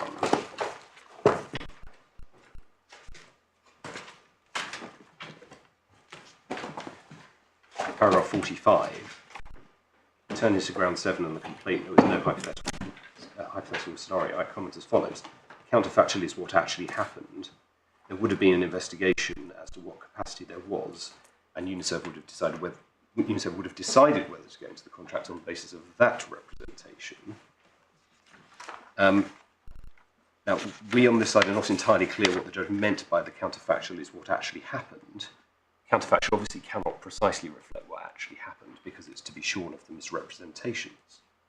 But the sentence suggests that to the extent that the counterfactual crossed the judge's mind at all, and this may be partly an answer to my Lord's question, it was not one really absent the misrepresentation. But actually, if one looks at paragraph 45, it's a different counterfactual where one assumes that the truth would have been told as to Hitex's capacity. But there's a limit, isn't there, to what you can ever get from a judgment on permission to appeal. And it's one thing for a judge to say, well, I realise that the parties hadn't run this point, but I nevertheless thought I had to deal with it. That's the kind of passage which Mr. Parsons was taking us to. But otherwise, the judgment must speak for itself. The judge can't interpret or reinterpret their judgment either to make it better or to make it worse. I accept that, my Lord. And I don't wish to push this point too far. All I would say is this. My Lord has identified one sentence with, I think, about 7 or 8 words in it, where apparently it may be thought that the hypothetical counterfactual was considered. This doesn't suggest the judge was actually... this rather suggests the judge was focused on other matters and not the hypothetical counterfactual, which he ought to have been, and given the way he rejects the complaint. But we say, even if one disregards that, if one reads those... The counterfactuals, in fact, did this representation make any difference? Yes, Lord. And that is, in effect, what the judge is considering, isn't he? Because he's saying, I think they were really looking at their own information, their own due diligence, and I don't think that in that context they put any weight on the representations. And though he's not saying so expressly, that is in effect considering factors that go as to what the answer to the counterfactual would be. Well, I would accept that one could analyse the two in both Well, those. it's following what he said in the paragraph my lord's highlighted. Well, it's one sentence within that arguably touches on the counterfactual, but we do say, and it may be possible to ask the question in general terms, and the answer be consistent with the first step that my Lord Justice Mayles suggested in the C Challenger, where one says, well, let's construct the hypothetical counterfactual and assume that in that world there is no misrepresentation. What would have happened? And it may be the answers in those two cases are consistent. But what happens here is that the judge goes down a road where he's got the misrepresentation still in play, and he's considering it as against the due diligence reports, and he's going, well, which is more powerful? And that just simply isn't the analysis. One has to strip the misrepresentations out of the analysis to answer the question whether it would have made a difference. Well, except that the position's a fortiori, isn't it? Well, we wouldn't accept that, certainly wouldn't accept that here. It may be in some cases, but certainly here, if one, let's get down to the nuts and bolts of it, if one strips away the Waller email and the representations there that were made, principally about the fact they had 5 million in stock on the 22nd of April, and that it would be 5 million a week thereafter. We've seen the chain. That email gets sent, it goes on to the government. We've seen that the contract gets drawn up. Not exactly on those terms, they're a bit greater the quantities, but it's roughly those terms. You strip those out, those representations as to future production capacity out, and ask, well, what would have made Uniserve enter into this contract?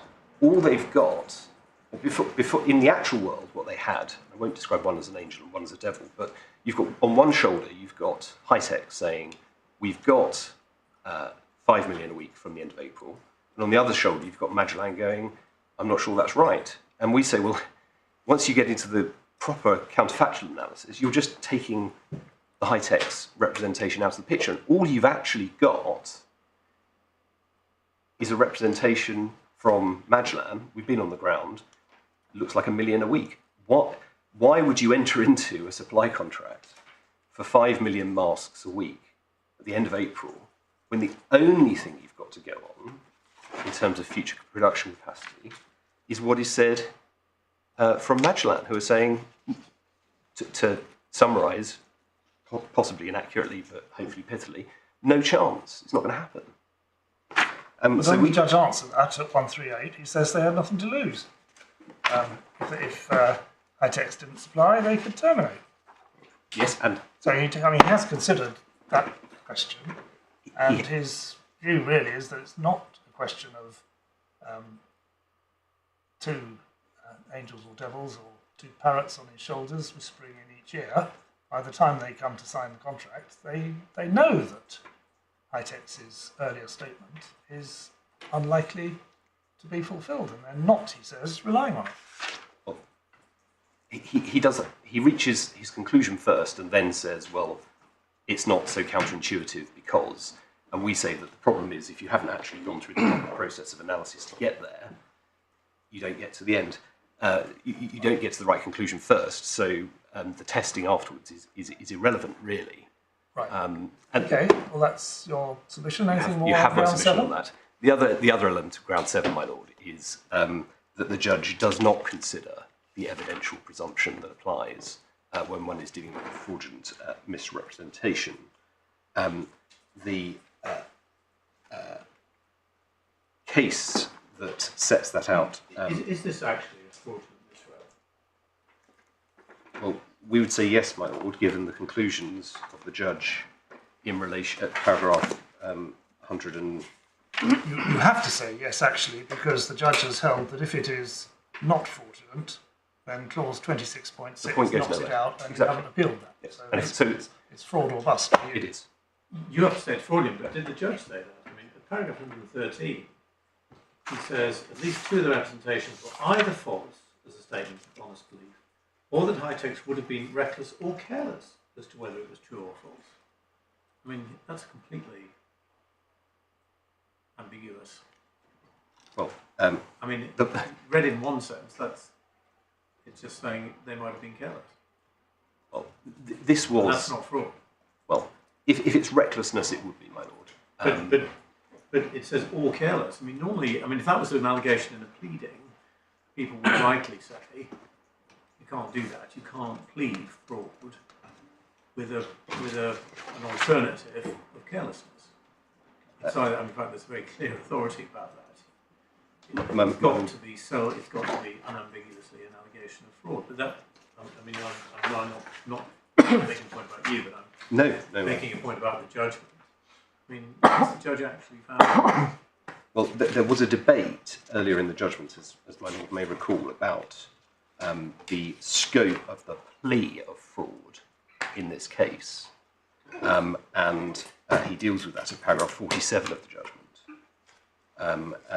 Maybe we'll deal with it a bit earlier as well. But essentially, the point he makes is, well, firstly, he knows full well that the allegation of fraud is in play, and that we're contending for a fraudulent misrepresentation.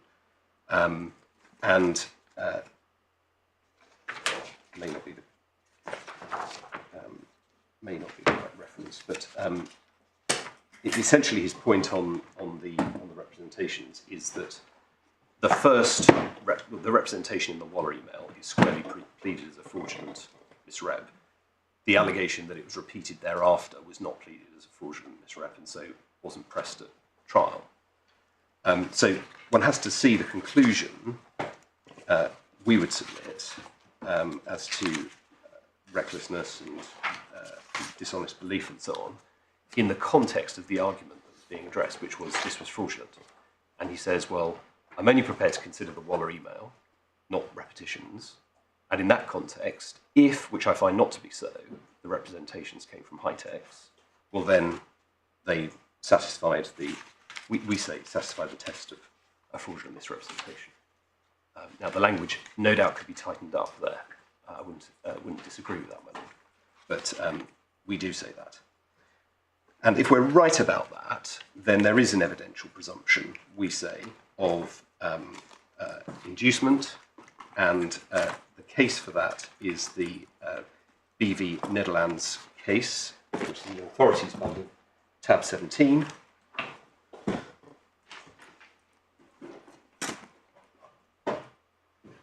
The defendant in that case contended it was entitled to rescind an egg product supply contract. Sorry, I'm on the other side of the call. I do For some reason, well, I've got a fan here going just to keep me cool. But can you give me just the tab again? Tab 17 of the authorities bundle.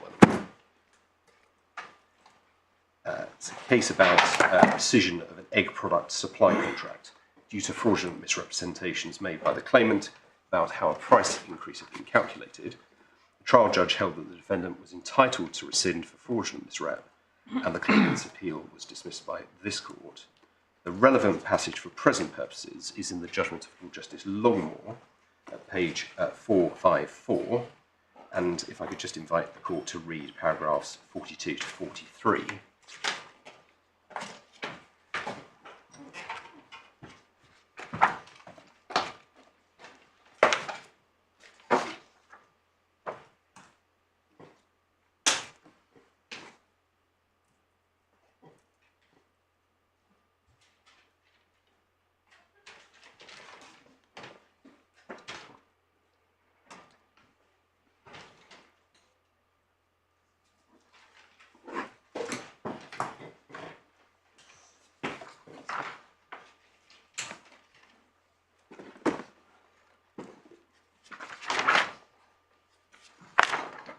So in such cases, there is an evidential, factual presumption that a representee will have been induced by a fraudulent representation, and this is a very difficult presumption to rebut. And the judge did not consider that point at all, even though it was referred to him. For example, I don't need to take you to it, but in Uniserve's opening submissions at paragraph 130, that he just didn't grapple with the point at all. So just in conclusion, my lords, on the misrepresentation points, drawing these threads together, The judge's error on ground 6 meant that he got off on the wrong foot when considering Uniserve's misrepresentation. He should have proceeded on the basis that the representations in the Waller email were authorised. He had found, had he found that, his conclusion that 2 of the representations in the Waller email met the test for fraudulent misrepresentation ought to have meant that there was a factual presumption that Uniserve was induced, which would be very difficult for Hightex to rebut. The judge then ought to have considered the correct counterfactual, i.e. a world in which the misrepresentations in the Waller email were never made. And had the judge approached the issue in this way, as we said, the only information being fed to Uniserve about Hightex's ability to produce would have been from Magellan, who were deeply sceptical. And we say, in those circumstances, there was nothing at all in the counterfactual world that Hightex could point to rebut the factual presumption of inducement, let alone something sufficiently powerful to rebut a presumption that is very difficult to rebut. And so that is why we say it's open to this court to reverse the finding on inducement and find for Uniserve on ground 7 as well. My lords, unless I can assist you further, that was all I wish to say. Thank you very much. Mr. Harris. My lord.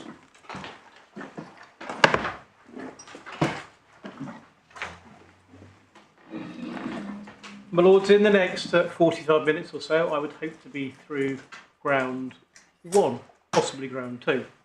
Well, 30 minutes. 30. I'll aim to go through ground 1. For it actually turns on a narrow point on retendering, which of course you're either with me or against me on, and in due course I'll explain why the retendering argument was good below and it remains good. This is your response notice. Yes, because we accept ground on one. ground 1, Right, the judge came to a conclusion that he was not entitled to. I was just getting my bearings before you. My launched lord, it, yes, indeed. And in fact, we therefore start essentially on the back foot.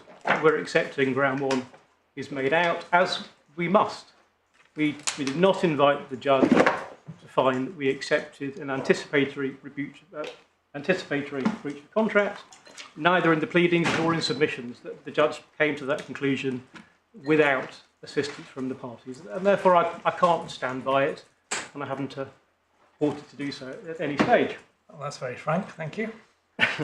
Well, my lord, also it runs directly contrary to the case that we run on retendering, which is based upon affirmation of contract and an entitlement to retender goods that were rejected, and that's the key point, non-acceptance and rejected. And I'll come back to that as a point of mitigation.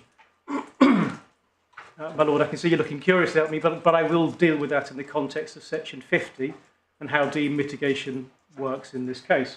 I'm just interested by the term rejection. I didn't realise there was an argument that goods had been rejected. Non-accepted. So, yes, but that's not rejection. well, for the purposes of section 50, I'm not going to go into that at this moment, but non-acceptance of goods entitles the seller to bring a claim for damages and then to mitigate loss as a consequence. That's quite difficult though in a case where the acceptance of the goods isn't of the essence of that. So at what point the contract's continuing? At what point are you entitled to say that the goods? I see the point. I'm going to deal with it. Right. And time of the essence is an acceptance of repudiatory breach point as opposed to a severable breach entitling damages. And I'll take you to a passage in Benjamin in due course. It's not being suggested from that side that on non-acceptance we're not entitled to claim damages. What they say is we're not entitled to repudiate. We don't say that we are entitled to repudiate. We don't say time was of the essence. I was wondering about that there. It goes to the point argument you asked earlier. that you had to have all 77 million. Well, I'm going to come to that, but it follows, my lord, from excuse me, a point you raised earlier, which is at what point in time are we entitled, we being the seller, to claim damages for non-acceptance? So I will come to that because it forms part of my sorry submission. to interrupt you. Not at all. It's helpful to see which way you're going, but I promise I will deal with that point. So, as we say in respect of ground 1, whilst the judge came to a conclusion that he was not entitled to, there was a conclusion open to him, and that is that we, Hightex, as seller, were entitled to retender goods, and as a consequence, Hightex did not fail to perform its obligations under the supply contract. But there's a third way, and not a way that I support. But if we're wrong on the respondent's notice, and Uniserve therefore necessarily succeeds on grounds 1, that's not an end to it. Because the judge found that up until the 12th of July 2020, Hightex was performing. And I'll take you to his relevant findings in due course. So if that finding is right, and now there are arguments on the 15%, which I'll come back to, but if that finding is right, then Hightex performed up until the 12th of July 2020. Uniserve failed to accept certain batches of goods, and as a consequence, on any view in our submission, Hightex has a claim for damages in respect of those non-accepted batches of goods. Can I just get again, just to make sure I get my bearings? We were taken to the schedule at either page 109A or page 89 of the bundle, I think it is. And it's the same schedule, I think. Not 89, anyway, 109A is where I have it. Yes. It appears somewhere else. Yes, there's possibly a better table at, well, I'm going to say at page 101, but that only goes up to the 11th of July. Well, just sticking with 109A for a second. I think we were told that, I'm just trying to check whether you agree with this schedule. Of course. It's also at 87. Is it 87? It's the same, I think it's the same document. It's the same one. Right. I had my note was that in the penultimate column, second from the right, that those were alleged delivery dates by your client. Yes. Which weren't necessarily accepted by Uniserve. But is this right? On that basis, it's not suggested that there was any deliveries beyond the 14th of June. Well, I'm going to come when to... you said that when you said your client was performing, yes. What do you mean by performing? Well, I'm going to come to the delivery question that's being discussed in court today, what the obligations were, but by reference to the contract. And what I mean by performing, my lord, is that we had goods available, ex-works, in the factory on the scheduled delivery dates, and that completed our obligations pursuant to the contract that I'll take you to in a moment. Right. So as found by the judge. okay. So that does fake us about whether it's sufficient for you to perform the contract. Yes. Simply to have boxes in the warehouse and just sit there, or whether in fact you have to call somebody up and say, come and get them. My lord, yes, but the caveat is this: that wasn't an issue in the case. My letter friend Mr. Parsons has rightly accepted this afternoon. That's not how the case was run. The judge did make findings, I should say, that are firmly in my favour, so it's a non-issue, but it wasn't an issue. It wasn't suggested below, nor pleaded.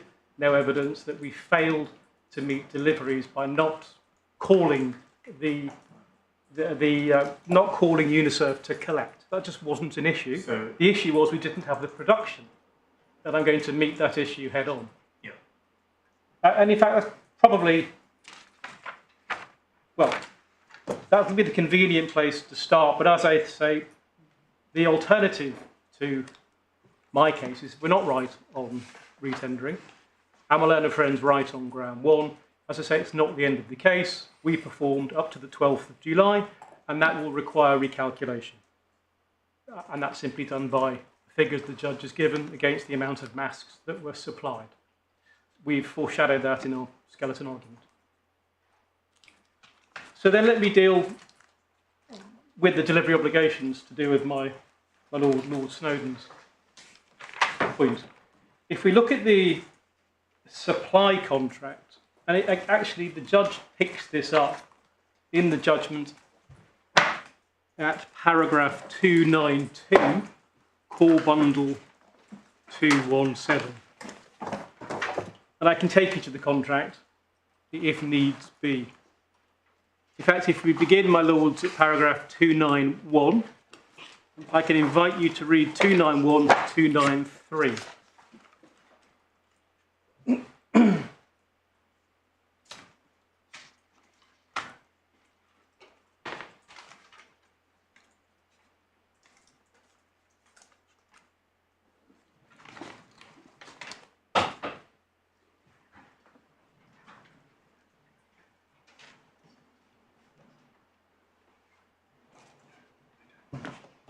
What does unloaded refer to? Is that a mistake for loaded, or where are they unloaded from? I think it is, because the evidence below was the goods were manufactured in one warehouse, moved to the... Yes. Yes, I think what the terms mean in the context of the evidence is that the masks are manufactured on a production line in one part of the warehouse and then moved down to the loading bay or that area ready for delivery.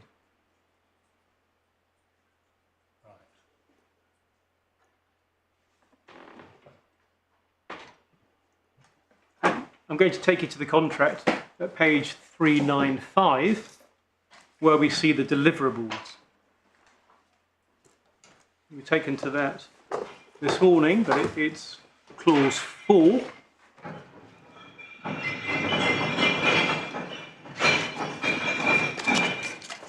So the deliverables were: collection shall be X works in accordance with the following instructions. That's the factory address, that's the name of the individual, and the delivery dates.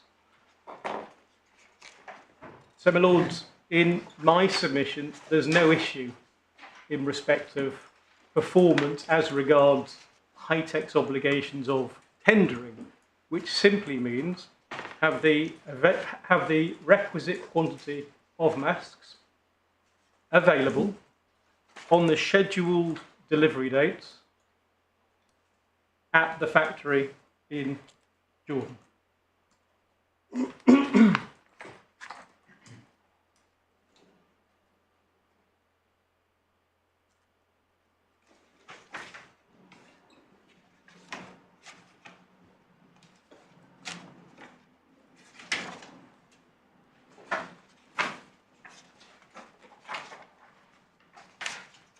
As to performance post-variation, I won't deal with variation now, but it's common ground that there was a revised delivery schedule that was agreed.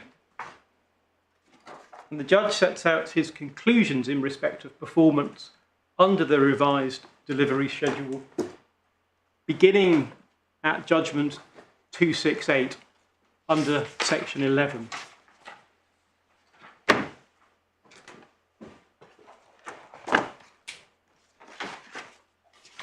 Page 212 of the core bundle, forgive me.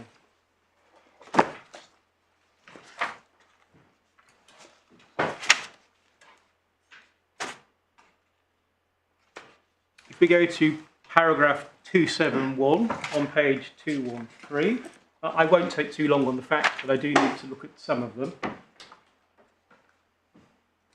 The judge finds that on the 7th of June 2020, Uniserve had entered into an alternative contract for the supply of masks with the Chinese company called BYD.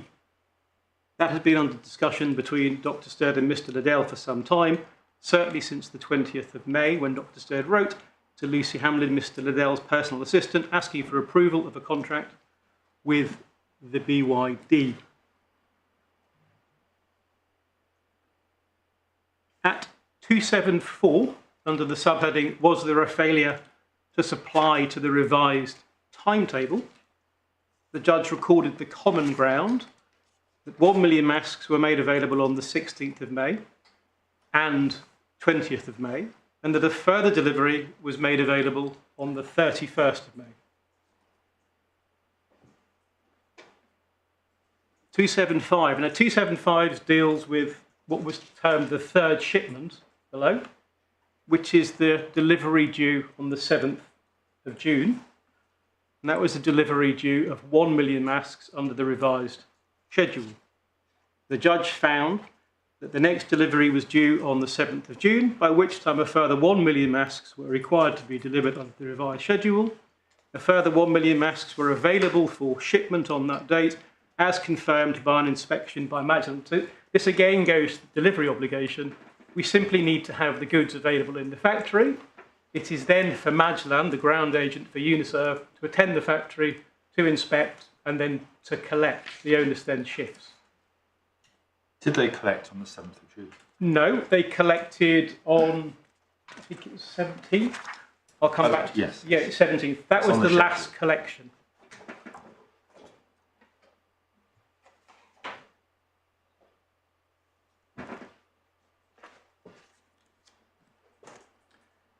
Jumping forward to page 227.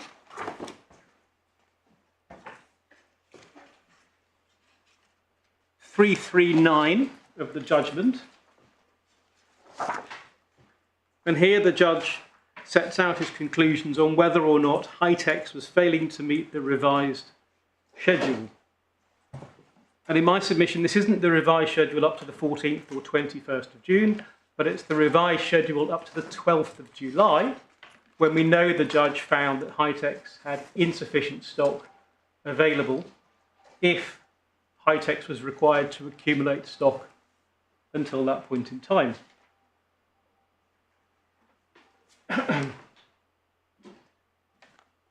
The judge rejected Uniserve's case. He found that the evidence that Hitex were failing to meet the revised schedule to be, quote, extremely weak. And he sets out his reasoning why. Up to what date is he considering that? Well, read in the context of the judgment as a whole, it's the revised schedule. Now, the revised schedule was implemented on the 26th of May, and we know later on the judge finds that by the 12th of July, Hitex had insufficient stock available.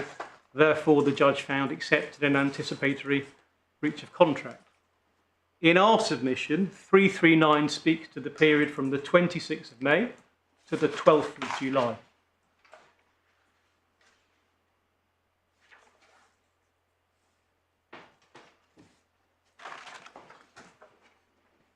But he's basing it on what the production report showed. Yes. And he's only looking at those. Well, the judge had, there's no doubt about this, all of the production reports before him to the 12th of July and beyond. And it was the table Lord Justice Mayles went to earlier in the judgment where the judge effectively records the available stock against the accumulated total. In fact, I'll find that table now. 334.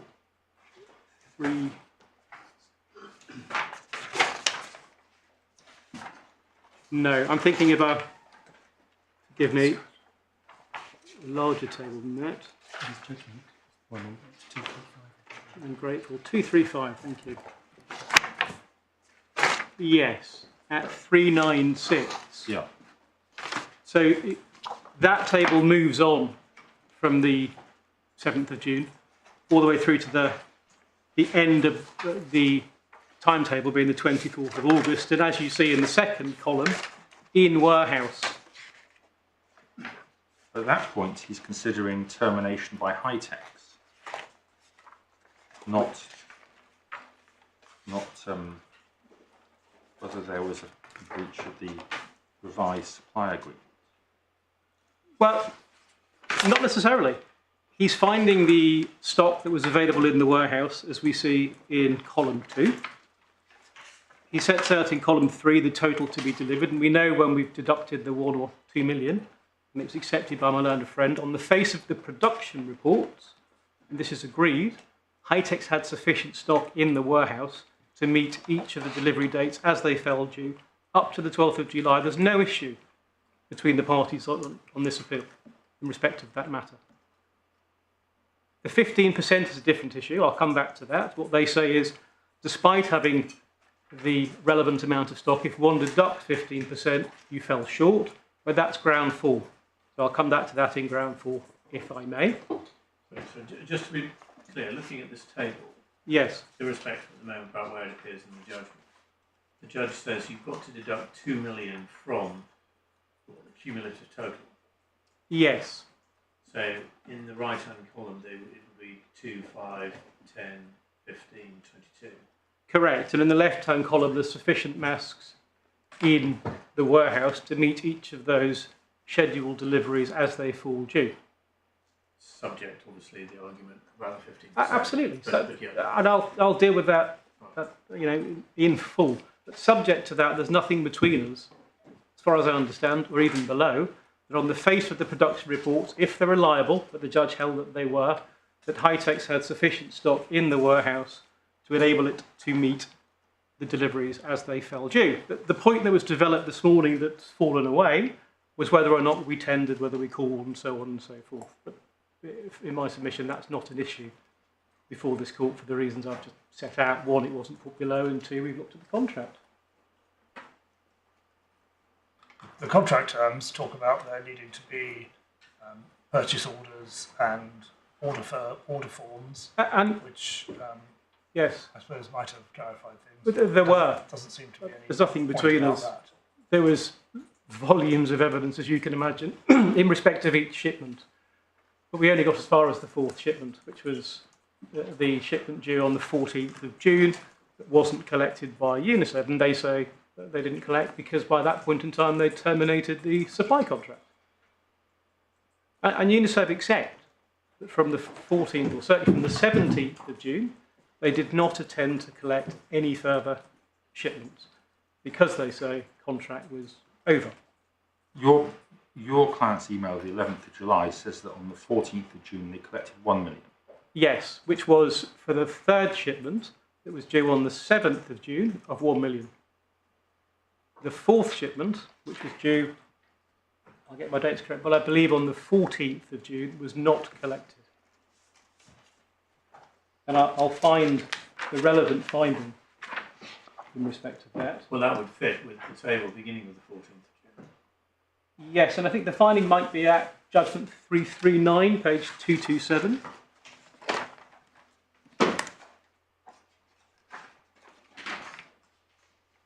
Well, no, there is a clearer finding that I will find for you overnight.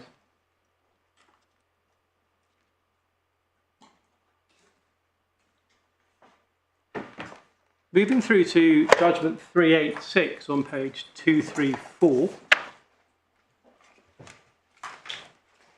This is where the judge deals with the retendering argument. And the judge finds, we submit wrongly, that Hightex were not entitled to retender. But I come here to complete the delivery section and the winding down, because at 396 of the judgment, or at 392 of the judgment, the judge finds that according to Mr. Cader's evidence, which he accepts, Hightex continued to produce for a normal period. Hightex was not informing Magellan that further shipments were ready, Mr. Cader says, because it understood shipments were suspended. He goes on to say that the warehouse was totally full at 393. There was pressure which was alleviated by sending 2 million masks to Mr. Popek. And at 394, the judge finds that according to Mr. Hightex's evidence, Mr. Cader's evidence, Hightex did not stop producing but reduced the rate of production, first decreasing the number of night shifts, then removing the night shifts altogether, working for only 12 hours a day. And that's because in the paragraphs before he found the warehouses were full and they had nowhere to store the stock that would be manufactured in respect of future deliveries. He finds in that paragraph that in efforts to mitigate loss, Mr. Cader's evidence was by end of July, he was making hundreds of calls to people who were trying to communicate with Hightex between April and May, and that's in order to sell some of the stock that had not been collected.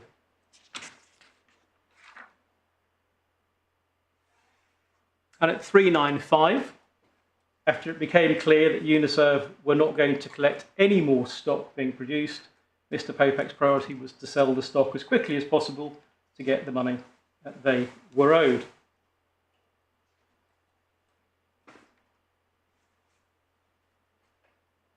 The case that was put before the judge in respect of failing to accumulate stock post 17th of July was not in respect of breach of contract.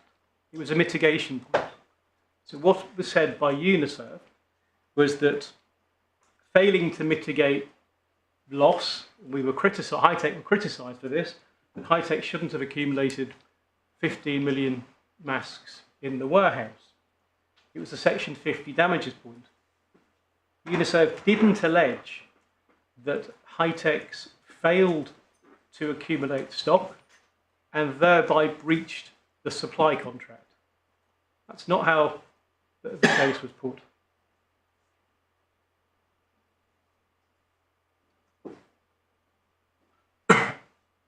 And indeed, the key issues are set out in the judgment, which are rather cursory, but that's at paragraph 17 of the judgment. And if one looks at 17(2), was Hi-Tech's in breach of original delivery obligations, and then at 4 was Hi-Tech's in breach of its revised delivery obligations, was the issue, and the judge looked at that issue in the context of deliveries up until the 4th shipment in mid-June, because it was Hi-Tech's case that Uniserve's case that Hi-Tech's failed to meet the 3rd shipment and failed to meet the 4th shipment, therefore they were entitled to terminate. The judge found that's not correct. 3rd shipment and 4th shipment were made, or deliveries were available to be collected.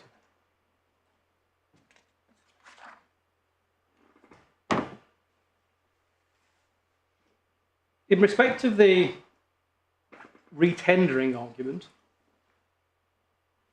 the position in our submission is straightforward.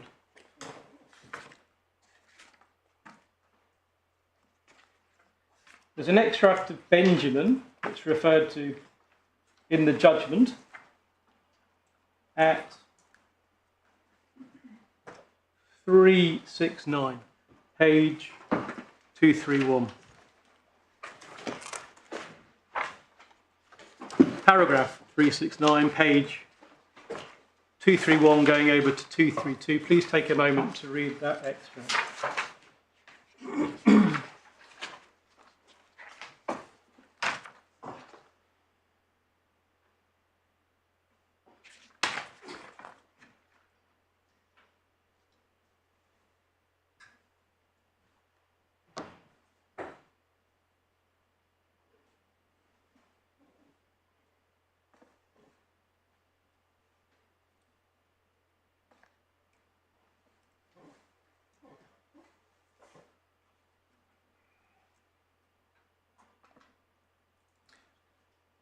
We're dealing here with a severable breach of contract. It wasn't Hi-Tech's case, it was entitled to terminate the entire contract. But it was Hi-Tech's case that in respect of each non-accepted delivery, Hi-Tech was entitled to treat that as a breach and claim damages under Section 50 of the Sales of Goods Act.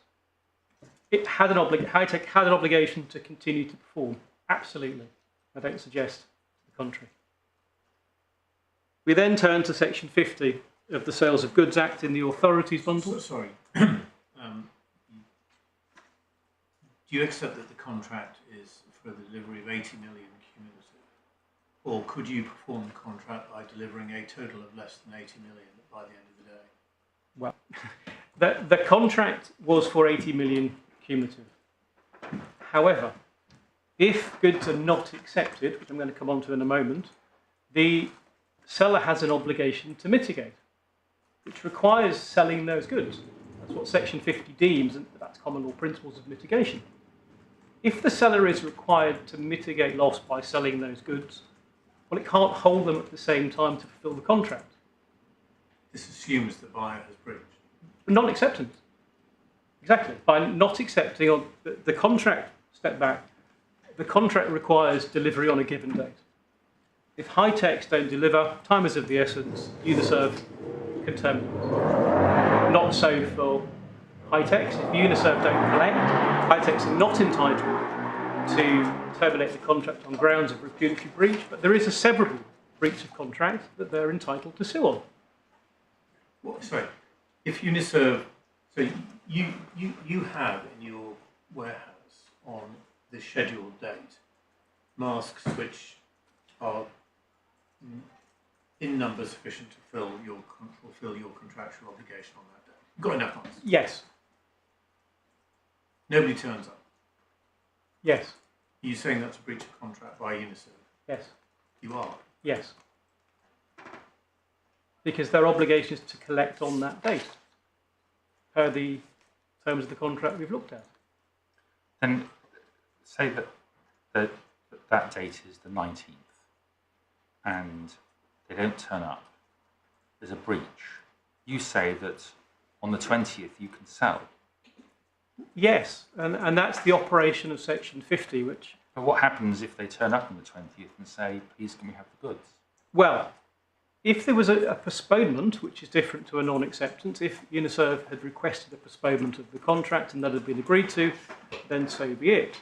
But Well, they don't need to request a postponement, do they? Because the finding is that for Uniserve, time of delivery is not of the essence. So they might be in breach in taking delivery late, but they're still entitled to insist on that delivery, aren't they? So if you've sold the goods, you'll be in trouble. Well, in our submission, no, because by operation of Section 50, I can invite you to turn up in the authorities bundle at page 552. Sorry, before you get to Section 50, Yes, where's, I may be being slow, it is. I very much doubt it. I understand that the obligation is placed upon the supplier to deliver, Yes, which you say in the context of this contract simply means have available in the warehouse. yes. Where's the obligation on the buyer to collect? Forgive me, I should have taken you to that. It's in Schedule 2 of the contract that I'll take you to now.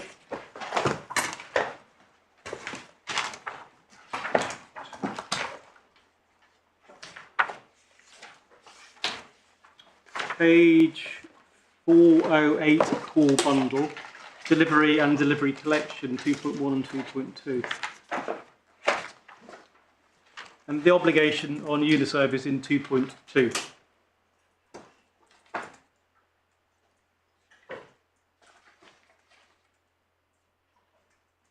Sorry, okay. I'm sorry, I thought I'd nobody taken actually taken this. No, So you're, my mistake. So there is a positive obligation on Uniserve to attend on that date and collect the goods. That's the passage which was quoted by the judge that you took us to. Certainly 2.1 was, probably 2.2. I'll need to go back and check that. Okay, in which case my fault.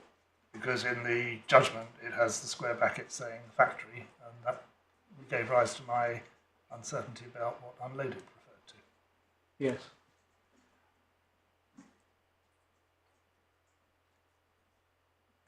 I paused. I thought there was a question coming from my lord.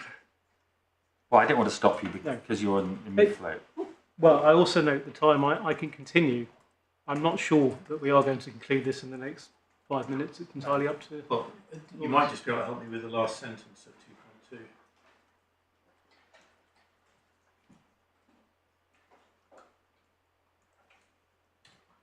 Well, the judge found, and I'm going to find the passage, not right now, that Uniserve couldn't put High-Techs into breach by not attending to collect. You say delivery is when the goods are just in the warehouse. Yes. So how does it say where Uniserve collects the goods, collection is deemed delivery? Well, yes, I'm going to find the passage in the judgment that deals with that. So the judge found that the obligation, in fact, I think it was where I took you to earlier. Bear with me.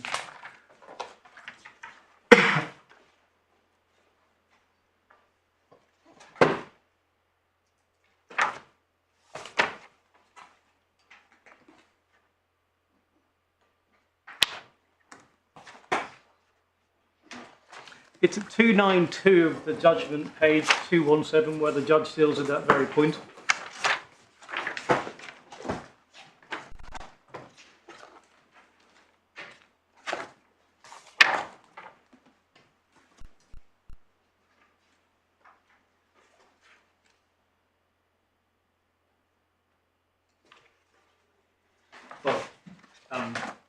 it's not the last bit. He says technically delivery is not completed according to the terms until Uniserve collects the goods. I don't know what he means by technically.